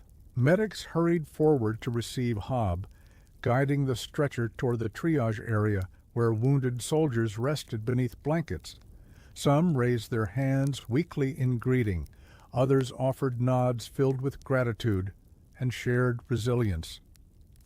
Willard watched as Hob was settled beside Danes, who managed a tired grin when he saw his comrade. "Knew you'd make it," Danes rasped. Hob laughed softly, a thin, breathy sound, but a real one. "Took a scenic detour." A medic tucked a blanket over both men, their stretchers placed side by side like two weary travelers sheltered beneath the same fading lantern light. Harrow exhaled, rolling his shoulder as if releasing a weight. "That's everyone," he said softly. "We did it." Willard looked around the ravine, the once chaotic battlefield now transformed into a place of recovery. Soldiers sat together in small groups, sharing water, words, and quiet moments of stillness. Others walked the perimeter, gathering abandoned gear, securing the area with calm efficiency. He lifted his eyes to the sky above. The narrow strip of blue seemed wider than before, calmer, brighter, touched with the early glow of afternoon. The drifting smoke had thinned into delicate ribbons, leaving the air clearer, almost sweet. "She really saved us," Willard murmured, voice barely above her breath. "All of us." Harrow nodded. "A small creature with a big heart." Willard allowed himself a slow inhale, letting the quiet fill him, letting the gratitude settle deep. The captain approached, his expression warm despite the exhaustion lining his features. "Good work," he said. "All accounted for. We'll begin moving the wounded out within the hour." Willard nodded, though his thoughts drifted once more to headquarters, to a medic's tent where a small, wounded pigeon rested under soft cloth and gentle hands. "I want to see her," he whispered. Harrow smiled knowingly. "And you will." For now, though, there was peace in the ravine, fragile but real, the kind that settled over the heart like a soft blanket after a long, cold night, the kind that carried the promise of a journey home. Preparations to leave the ravine unfolded with gentle purpose. The frenzy of combat had long faded, replaced by the soft, coordinated rhythm of men tending to one another. Medics murmured instructions as they checked bandages, tightened slings, and ensured each wounded soldier was ready to travel. The air carried a new sound, a slow, steady hush, like the ravine itself exhaled after holding tension for far too long. Willard and Harrow walked along the cleared path where stretchers were arranged in careful lines, watching as teams lifted each one with practiced ease. The soldiers on the stretchers lay still, but their eyes, open or closed, held a quiet peace. The worst had passed, and though pain lingered, it no longer pressed on them with despair's weight. Sunlight crept deeper into the ravine now, gilding the jagged stones with warm, honeyed hues. It touched every helmet, every blanket, every weary face. Even the dust motes seemed to dance lazily in the soft glow, drifting like tiny sparks of the hope silver had carried into the sky. "Feels different," Willard murmured, as he watched a stretcher team begin their ascent toward the ridge path. "Like the world's waking back up?" Harrow nodded. "Battles carve their silence into places like this, but hope fills it back in." They paused near a group of soldiers who were preparing to guide the walking wounded. Some leaned on rifles used as makeshift canes. Others kept arms draped over companions' shoulders. Their bodies were tired, but their steps had grown steadier, anchored by the knowledge that they were going home. The captain approached, his boots crunching lightly against the gravel. "We'll move in waves," he said. "Stretcher teams first, walking wounded next. Support squads wait until everyone is accounted for. No rush, no pressure, just steady progress." Willard admired the quiet respect in the captain's tone. He was a man who understood the weight of what these soldiers had endured and the importance of leaving the ravine with dignity, not haste. Harrow tilted his head thoughtfully. "We should help the rear group. Make sure no one's left behind." Willard agreed, but his gaze drifted once more to the sky above, the same sky Silver had fought through. "Once we're out, I want to head straight to headquarters. I need to see her." Harrow gave a soft laugh. "Wouldn't dream of stopping you." The first stretcher teams began their careful climb. Their bodies leaned forward, boots sinking slightly into the loose earth. The sun painted long shadows behind them, creating an image that would linger in Willard's memory.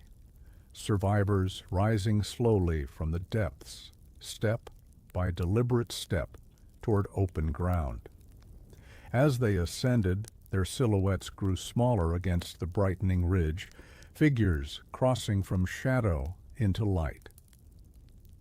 Willard helped guide two soldiers using makeshift crutches. Their pace was slow, irregular, but steady. Each step brought them closer to the ridge's edge, where wind waited to greet them with a fresh, cool brush of air. The climb was gradual and patient. No one rushed, no one barked orders. It was a procession of quiet endurance, a pilgrimage from darkness back to day. At the midway point, Willard paused, looking back over the ravine they had fought so hard to escape. It no longer looked menacing or suffocating. In the softened light, it seemed almost calm, etched with scars, yes, but resting, healing. He felt Harrow's presence beside him. "You did well today," the sergeant said softly. "Silver did well, and these men, they'll remember this moment for the rest of their lives." Willard breathed deeply, letting the ravine's cool air fill his lungs one last time. "I think I will too." Then they resumed their climb. The sun guided them upward. The wind met them with open arms. And slowly, steadily, with the patience of men who had survived the impossible, they rose from the ravine toward daylight, toward safety, and toward the next chapter of their journey. The ridge leveled out into a broad, sunlit plateau where the world felt open again, wide and forgiving, nothing like the narrow stone throat they had just escaped. Grass rippled gently as the wind swept over the high ground, brushing softly against the boots of the soldiers as they emerged one by one. The sunlight was warmer here, unfiltered by cliffs, and its touch felt almost like a blessing on weary shoulders. Willard stepped onto the plateau and breathed in deeply. The air was clearer, the sky broader. After hours, perhaps lifetimes, spent in the ravine, the openness felt unreal, like stepping into a forgotten dream. Some of the wounded, carried on stretchers, lifted their heads slightly to glimpse the wide horizon. Even that simple gesture brought tears to a few eyes, tears not of pain, but of profound release. Harrow stood beside Willard, taking in the sight with quiet reverence. "There it is," he murmured, "the world waiting for them again." Behind them, more soldiers emerged, leaning on one another, stepping cautiously, but each bearing a spark of renewed life. Medics guided the way, ensuring everyone maintained their footing as they crossed into open fields where support vehicles waited in a gentle semicircle. Engines hummed softly, a calm, steady sound in stark contrast to the violence they had left behind. The truck's canvas flaps fluttered in the breeze, inviting the wounded inside with their shade and promise of rest. Willard helped a limping soldier across the last stretch of rough terrain. "Almost there," he whispered, steadying the man's arm. The soldier nodded, breath trembling. "Feels strange? Being safe?" Willard offered a gentle smile. "You'll get used to it again." As they approached the waiting convoy, the lieutenant coordinated quiet instructions. Stretcher teams to the lead trucks. Walkers to the center rows. No one rides alone. Pair up. The organization was smooth, practiced, comforting. A soft murmur of conversation drifted through the air as soldiers settled into the trucks, some leaning back with closed eyes, others watching the horizon with a look of disbelief. Willard and Harrow remained at the rear, assisting the final group. "You all right?" Harrow asked quietly. Willard nodded. Just tired. But it wasn't a weariness born of weakness. It was the kind that followed relief, the soft collapse after a storm has finally passed. As the last stretcher was lifted into place, the captain approached. His voice was low, grounded in gratitude. Good work, both of you. We'll head straight to headquarters. Willard perked up slightly. How far? Half an hour by truck, the captain said. Less, depending on the road. Willard felt a warmth spread through his chest, a pull, almost magnetic. Silver was waiting there, wounded, yes, but alive, resting, safe. He climbed into the truck beside Harrow, taking a seat near the canvas opening so he could watch the plateau recede as they moved. The engine rumbled to life, rolling with slow, steady confidence across the open fields. The breeze that swept through the flap carried scents of grass, earth, and the faint sweetness of distant pine. For the first time that day, Willard felt his body truly relax. His shoulders softened. The tension behind his eyes loosened. The sun warmed his face as the truck eased into motion. Around him, soldiers settled in, some whispering to one another, others already drifting into exhausted sleep. A medic checked pulses quietly, her touch tender and practiced. The ravine now lay behind them, its shadow shrinking, its weight lifting with each passing moment. Ahead was the promise of rest, of safety, of reunion. Willard closed his eyes briefly, letting the rhythm of the truck and the caress of the wind lull him. Soon he would see Silver. Soon he would thank her. The convoy rolled across the open landscape with a steady, reassuring rumble, weaving gently over worn dirt paths that cut through vast stretches of grassland. The sun floated higher, its warmth soft but persistent, bathing everything in a golden glow that soothed the tension coiled deep in every soldier's bones. Willard sat near the flap of the truck, watching the world glide by.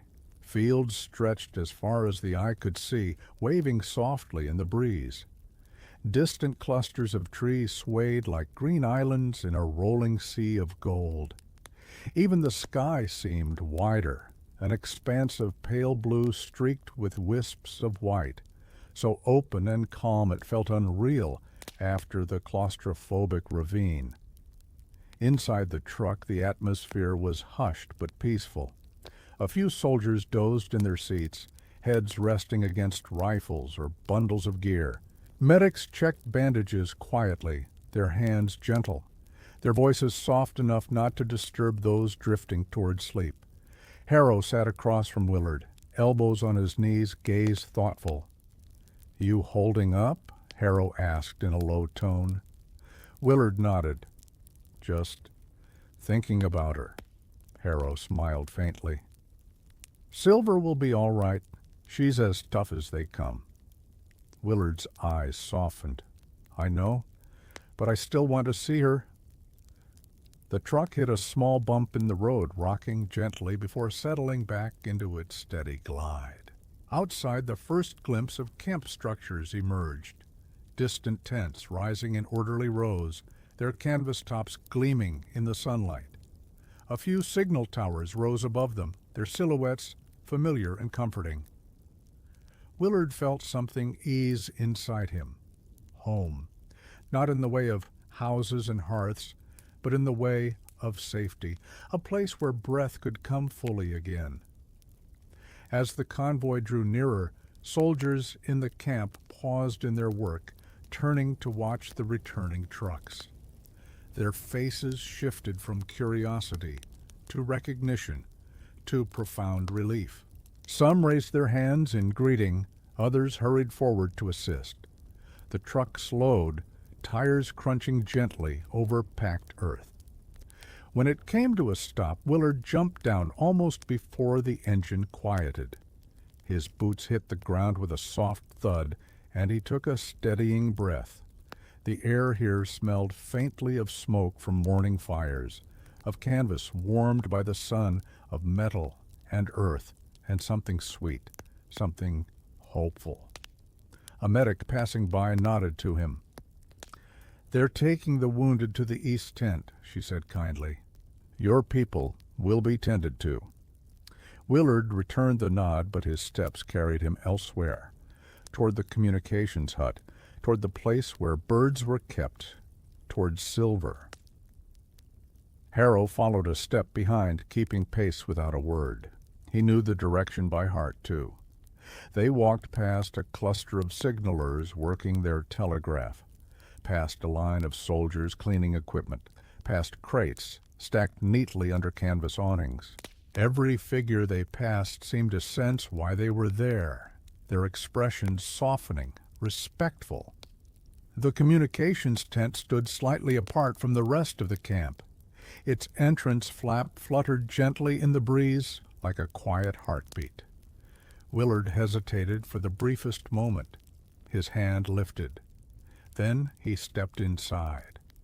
The interior was warm and dimly lit, filled with the soft rustling of feathers and the faint smell of straw.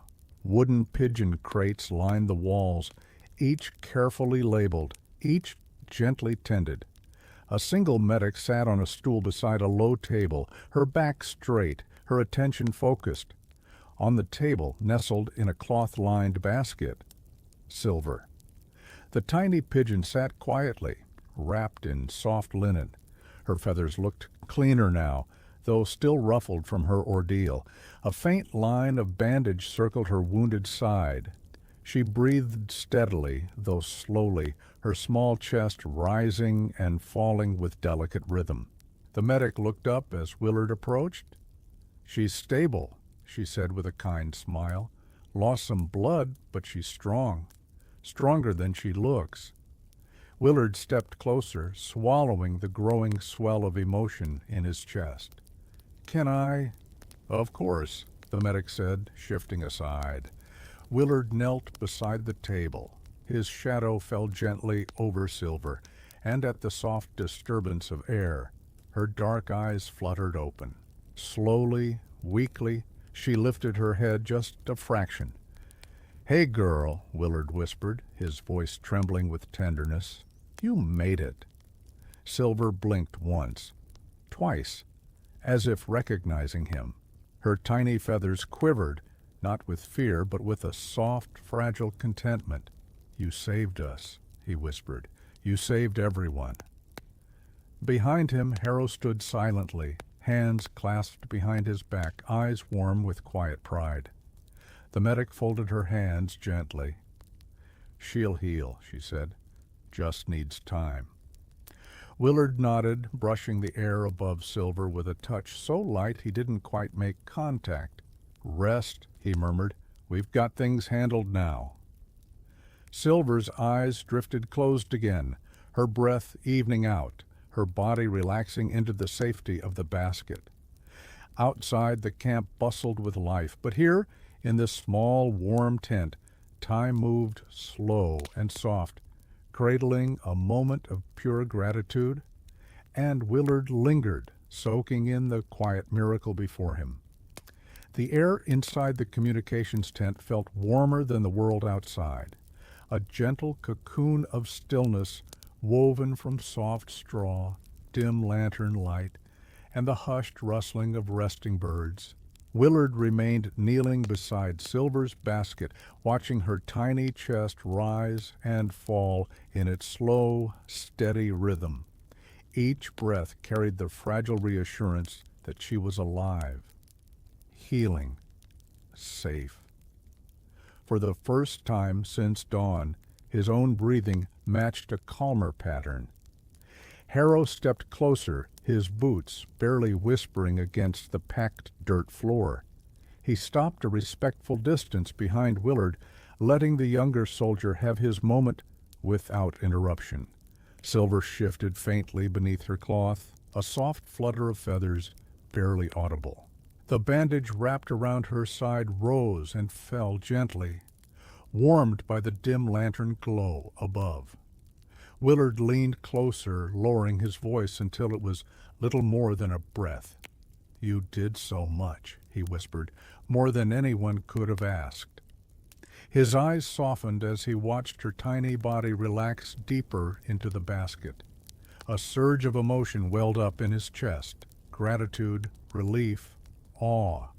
So powerful it made his throat tighten. His fingers hovered above her feathers, never pressing, just offering presence. "I don't know how you did it," he continued softly, "but you flew through everything, through smoke, bullets, pain." He swallowed. "And you never stopped." Harrow stepped forward at last, placing a gentle hand on Willard's shoulder. "Courage comes in all sizes," he said quietly. "Sometimes the smallest of us carry the biggest hopes." The medic tending Silver looked up with a soft smile. "She ate a few grains earlier," she said. "She's exhausted, but she's fighting. She wants to live." Willard let out a shaky breath. "Good," he whispered. "Good. She deserves the world." The medic leaned in to adjust the cloth around Silver's body. "Birds like her? They don't always understand fear the way we do," she explained. "They understand direction, purpose, instinct. But what she did, flying injured, pushing past her limits, that was beyond instinct." Willard's eyes glistened. "Then she chose to keep going." "Yes," the medic said with quiet reverence, "she chose." The tent rustled softly as a breeze passed through the canvas walls. It carried faint sounds from outside, the murmur of soldiers speaking gently, the clink of metal as equipment was set aside, the distant hum of an engine cooling after the long escort home. Life was returning to the camp. Calm was settling in. Willard looked down at Silver again.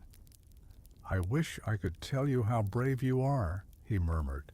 "How many lives you saved today." Silver's eyelids fluttered lightly, as though the gentle cadence of his voice soothed her. Her breath deepened, slower, more even. "She hears you," the medic said quietly, "in her way." Harrow exhaled, stepping beside Willard with a softened expression. "When all this is over," he said, "she'll be remembered. And so will her flight." Willard nodded. "I'll make sure of it." For a long moment the three of them simply remained there, wrapped in a hush that felt sacred, an island of calm after a sea of chaos. Outside the tent, the sun continued its slow arc across the sky, washing the world with gentle afternoon warmth. Inside, Silver rested, wrapped in cloth, surrounded by soft light, sheltered by human hands that understood the weight of what she had carried. And Willard, kneeling beside her, closed his eyes briefly, offering a silent, heartfelt thanks to the small creature who had given everything so that others could see another day. Outside the communications tent, life moved in calm, measured waves. The camp had transformed into a gentle hive of recovery, voices low, steps unhurried, every movement softened by the relief that had washed through the soldiers like warm water. The sun hung lower in the sky now, drifting toward late afternoon, casting long golden beams across the camp that swayed with the rhythm of soldiers settling into safety. Willard stepped out of the tent with Harrow beside him. The brightness made him blink after the dim interior, but the warmth that greeted him felt welcoming, almost therapeutic. The air carried the scent of campfire smoke, mingling with canvas warmed by sunlight, familiar notes that told him he was far from danger now. As they walked toward the central clearing, they found the battalion gathering, those who could walk sitting together on crates or folding stools, those recovering from injuries resting atop blankets spread across the grass. Medics moved gently among them, checking wounds, offering sips of water, speaking in quiet voices that soothed rather than stirred. Faces lifted when Willard and Harrow approached. Some offered tired smiles. Some raised their hands in faint salute or greeting. Some simply nodded, their expressions full of a deep, wordless gratitude. "You made it out," Willard called softly to a pair of soldiers sitting against a supply crate. "Thanks to you two," one replied, "and that miracle bird of yours." Willard's heart warmed. "She's resting now. She's safe."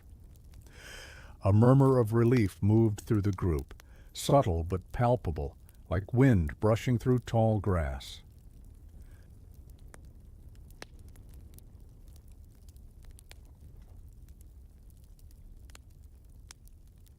Hob lay nearby under a light blanket, drifting in and out of sleep, but stable. "Good to see you upright," Harrow said with a hint of a smile. Danes chuckled weakly. "Feels good to be upright. Didn't think I'd ever see sunlight again." Harrow patted his shoulder gently. "You're tougher than you think?" Nearby, a few soldiers gathered around a small portable stove where someone had set water to boil. The steam rose into the cooling air, curling like soft ribbons, as the men prepared simple rations, broth, tea, and a few salvaged biscuits. Willard sat down among them, accepting a cup of warm broth offered by a soldier whose hand still trembled slightly.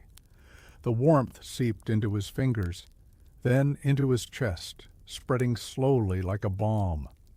The battalion needed this, not just the food, not just the safety, but the togetherness.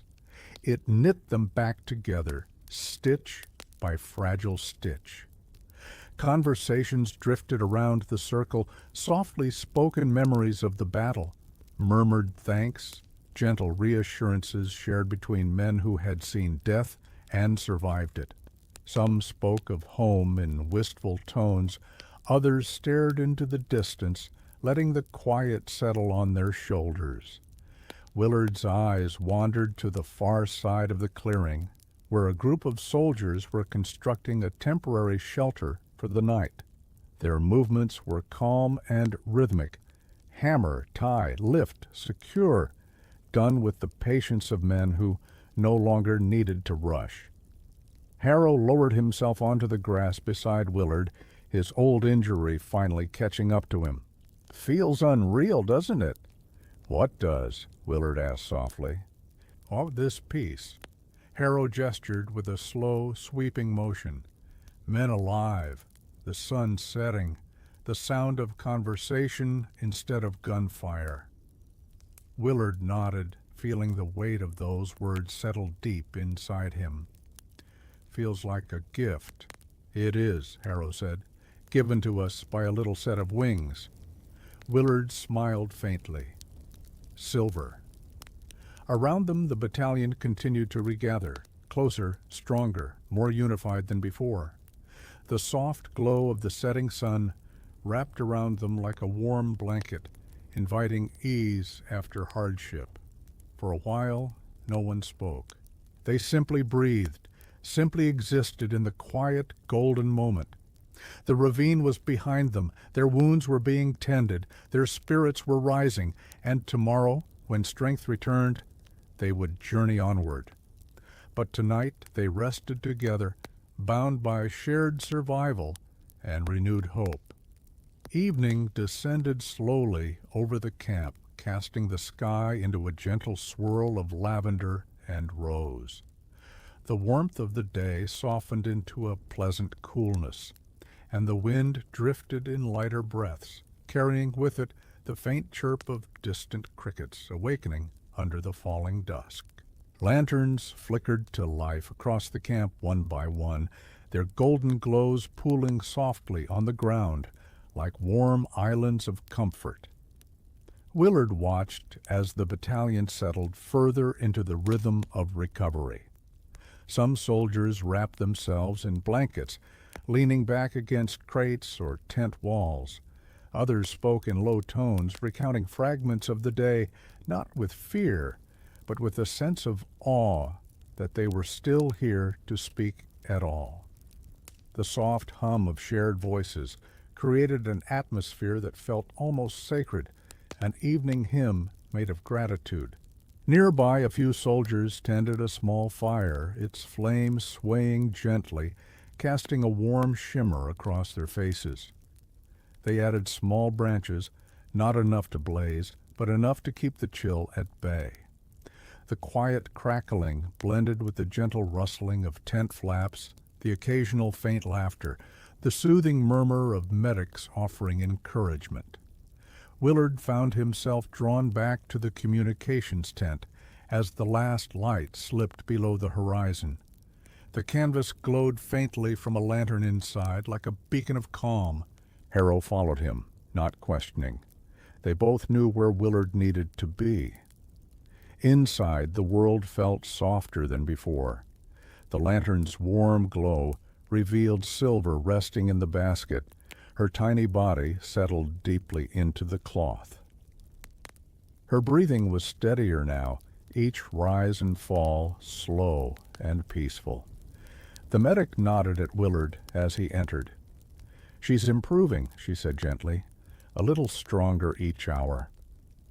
Willard crouched beside Silver again, offering his presence more than his touch.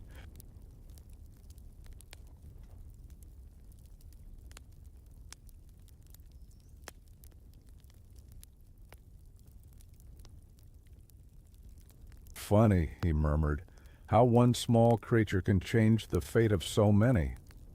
Willard nodded.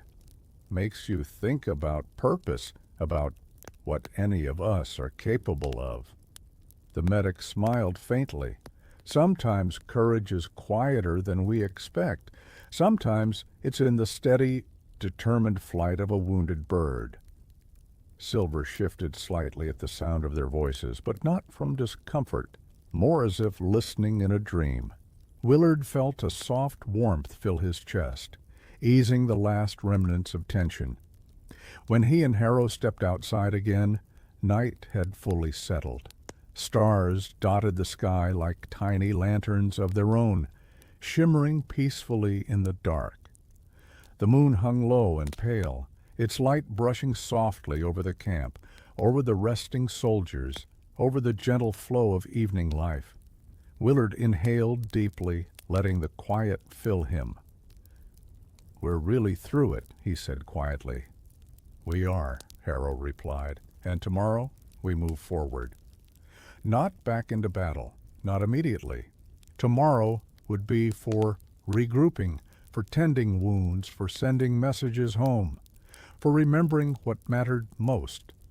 As they walked through the softly lit camp, Willard could sense something growing inside each soldier. A new resolve, born not from orders or strategy, but from the unspoken understanding that they had survived something immense. And because they had survived it, they would carry forward a renewed purpose.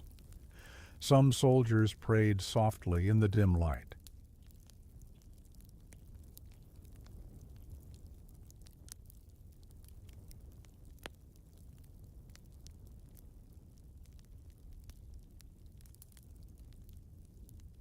The flame swayed gently, sparks drifting upward like tiny glowing birds.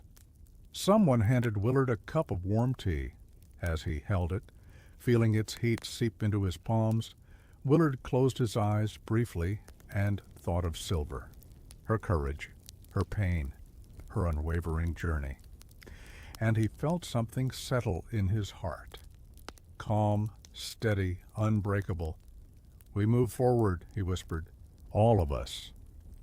And under the vast, peaceful night, the battalion rested, gathering strength, renewed purpose, and a quiet gratitude that carried them gently into sleep. Morning arrived softly, as though mindful of the wounded hearts and weary bodies spread throughout the camp. A pale gold light seeped gently across the horizon, brushing tents, blankets, and helmets with the first strokes of a new day. The air held a tender stillness, cool, breathable, unburdened by smoke or fear. Willard stirred from a light sleep, having dozed near the small fire that had burned low through the night. The embers glowed faintly, like tiny stars resting on the ground. Harrow was already awake, sitting with his back against a crate, head tilted upward as if listening to the world breathe. "You sleep at all?" Willard asked quietly.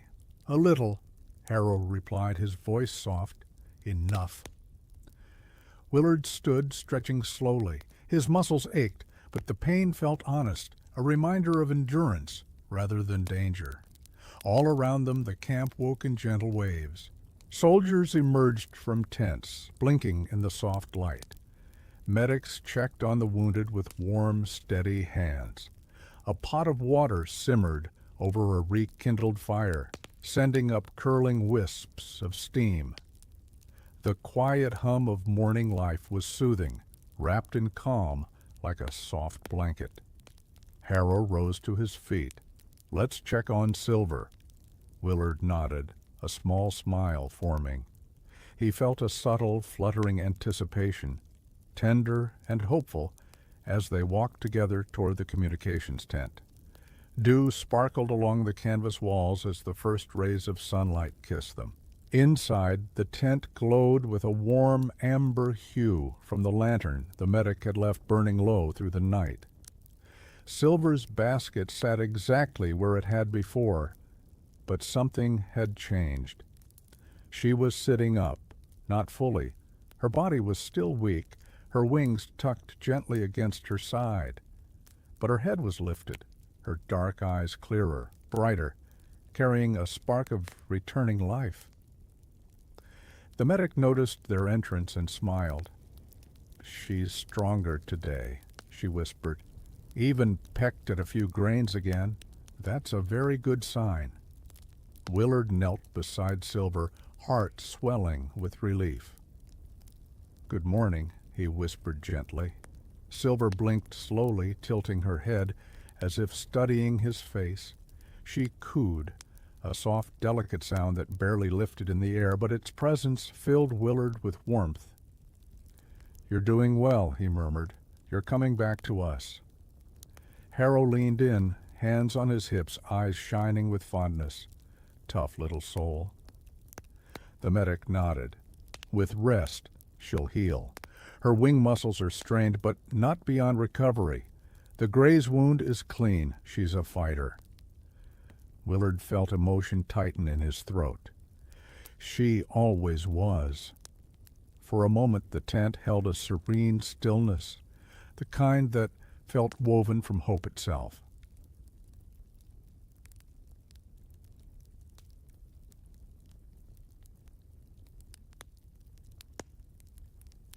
But this one, she glanced at Silver with a tender smile. "This one deserves to be remembered." Willard nodded slowly. "We will? I'll make sure of it." As they stepped back outside, the sun had risen higher, bathing the camp in warm gold. The battalion moved with calm purpose, packing some supplies, tending equipment, helping one another in small, caring gestures. The world felt lighter today, softer. Breakfast rations were passed out. Warm broth, slices of bread, and small tins of preserved fruit. Soldiers gathered in clusters to eat, their voices rising in gentle conversation. Some shared stories of the rescue. Others spoke of Silver, marveling at her journey as though recounting the miracle of a star that had fallen to earth long enough to save them. Willard sat among them, listening quietly. The warmth of the broth seeped into his hands, soothing the last lingering tremors of exhaustion. Harrow joined him, stretching his sore shoulder with a sigh. "We'll move out later," Harrow said, "but for now, we heal." Willard nodded, gazing toward the horizon. "Feels like a day meant for reflection." "It is," Harrow agreed. And so they sat in the gentle morning light, letting the calm settle in, letting gratitude take root, letting the memory of survival become part of them. Today was not for running or fighting. Today was for breathing, for remembering, for honoring courage found in unlikely places. As the morning deepened and sunlight spilled warmer across the camp, a quiet stir began to move among the soldiers. One by one, conversations drifted toward the same subject: Silver. Her flight through smoke and danger, her persistence through injury, her arrival that had changed everything. The story spread softly from group to group like a gentle wave, carrying awe, gratitude, and something close to reverence. By midday, the captain called the battalion together, not in strict formation, but in a loose, comfortable circle beneath the open sky. Even the wounded who could sit were brought out on stretchers or propped up on crates so they could join. The medic from the communications tent stood beside the captain, Silver's basket cradled carefully in her hands. Willard and Harrow stepped forward, heart steady but full as the captain raised his voice, not loudly but clearly, letting the calm of the moment carry his words. "Men," he began, "we gather today not just to acknowledge our survival, but to honor the one who made it possible." A gentle murmur rippled through the crowd.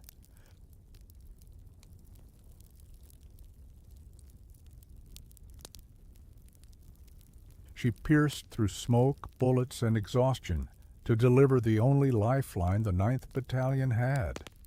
The medic knelt and set the basket down where all could see. Silver sat quietly within it, alert now, though still delicate. Her feathers soft and neatly cleaned, her bandage carefully wrapped. When she looked up at the gathered soldiers, a hush fell over them, warm and deep. Willard stepped forward slowly, voice trembling, but tender. "She didn't stop," he said, "even when she was hit, even when the sky was full of danger. She kept going because she believed in us, or maybe because she simply believed in her purpose." Silver blinked, tilting her head as if listening. Harrow added softly, "Courage wears many shapes. Today, it wears feathers." A few soldiers smiled, soft, emotional smiles that came from a place deeper than amusement. Some bowed their heads respectfully, others placed hands over their hearts. The captain continued, "It is tradition to honor acts of extraordinary bravery, and though she cannot hold a medal or speak a word, her bravery was no less than any soldier here, perhaps even greater." He gestured to a small wooden box brought forward by a young private. Inside, nestled in velvet, lay a tiny custom-made medal, crafted quickly that morning by the camp's smith, a gesture born from admiration. It was small, round, and simple, etched with a single pair of wings and the number stamped on Silver's leg band. The captain lifted it gently.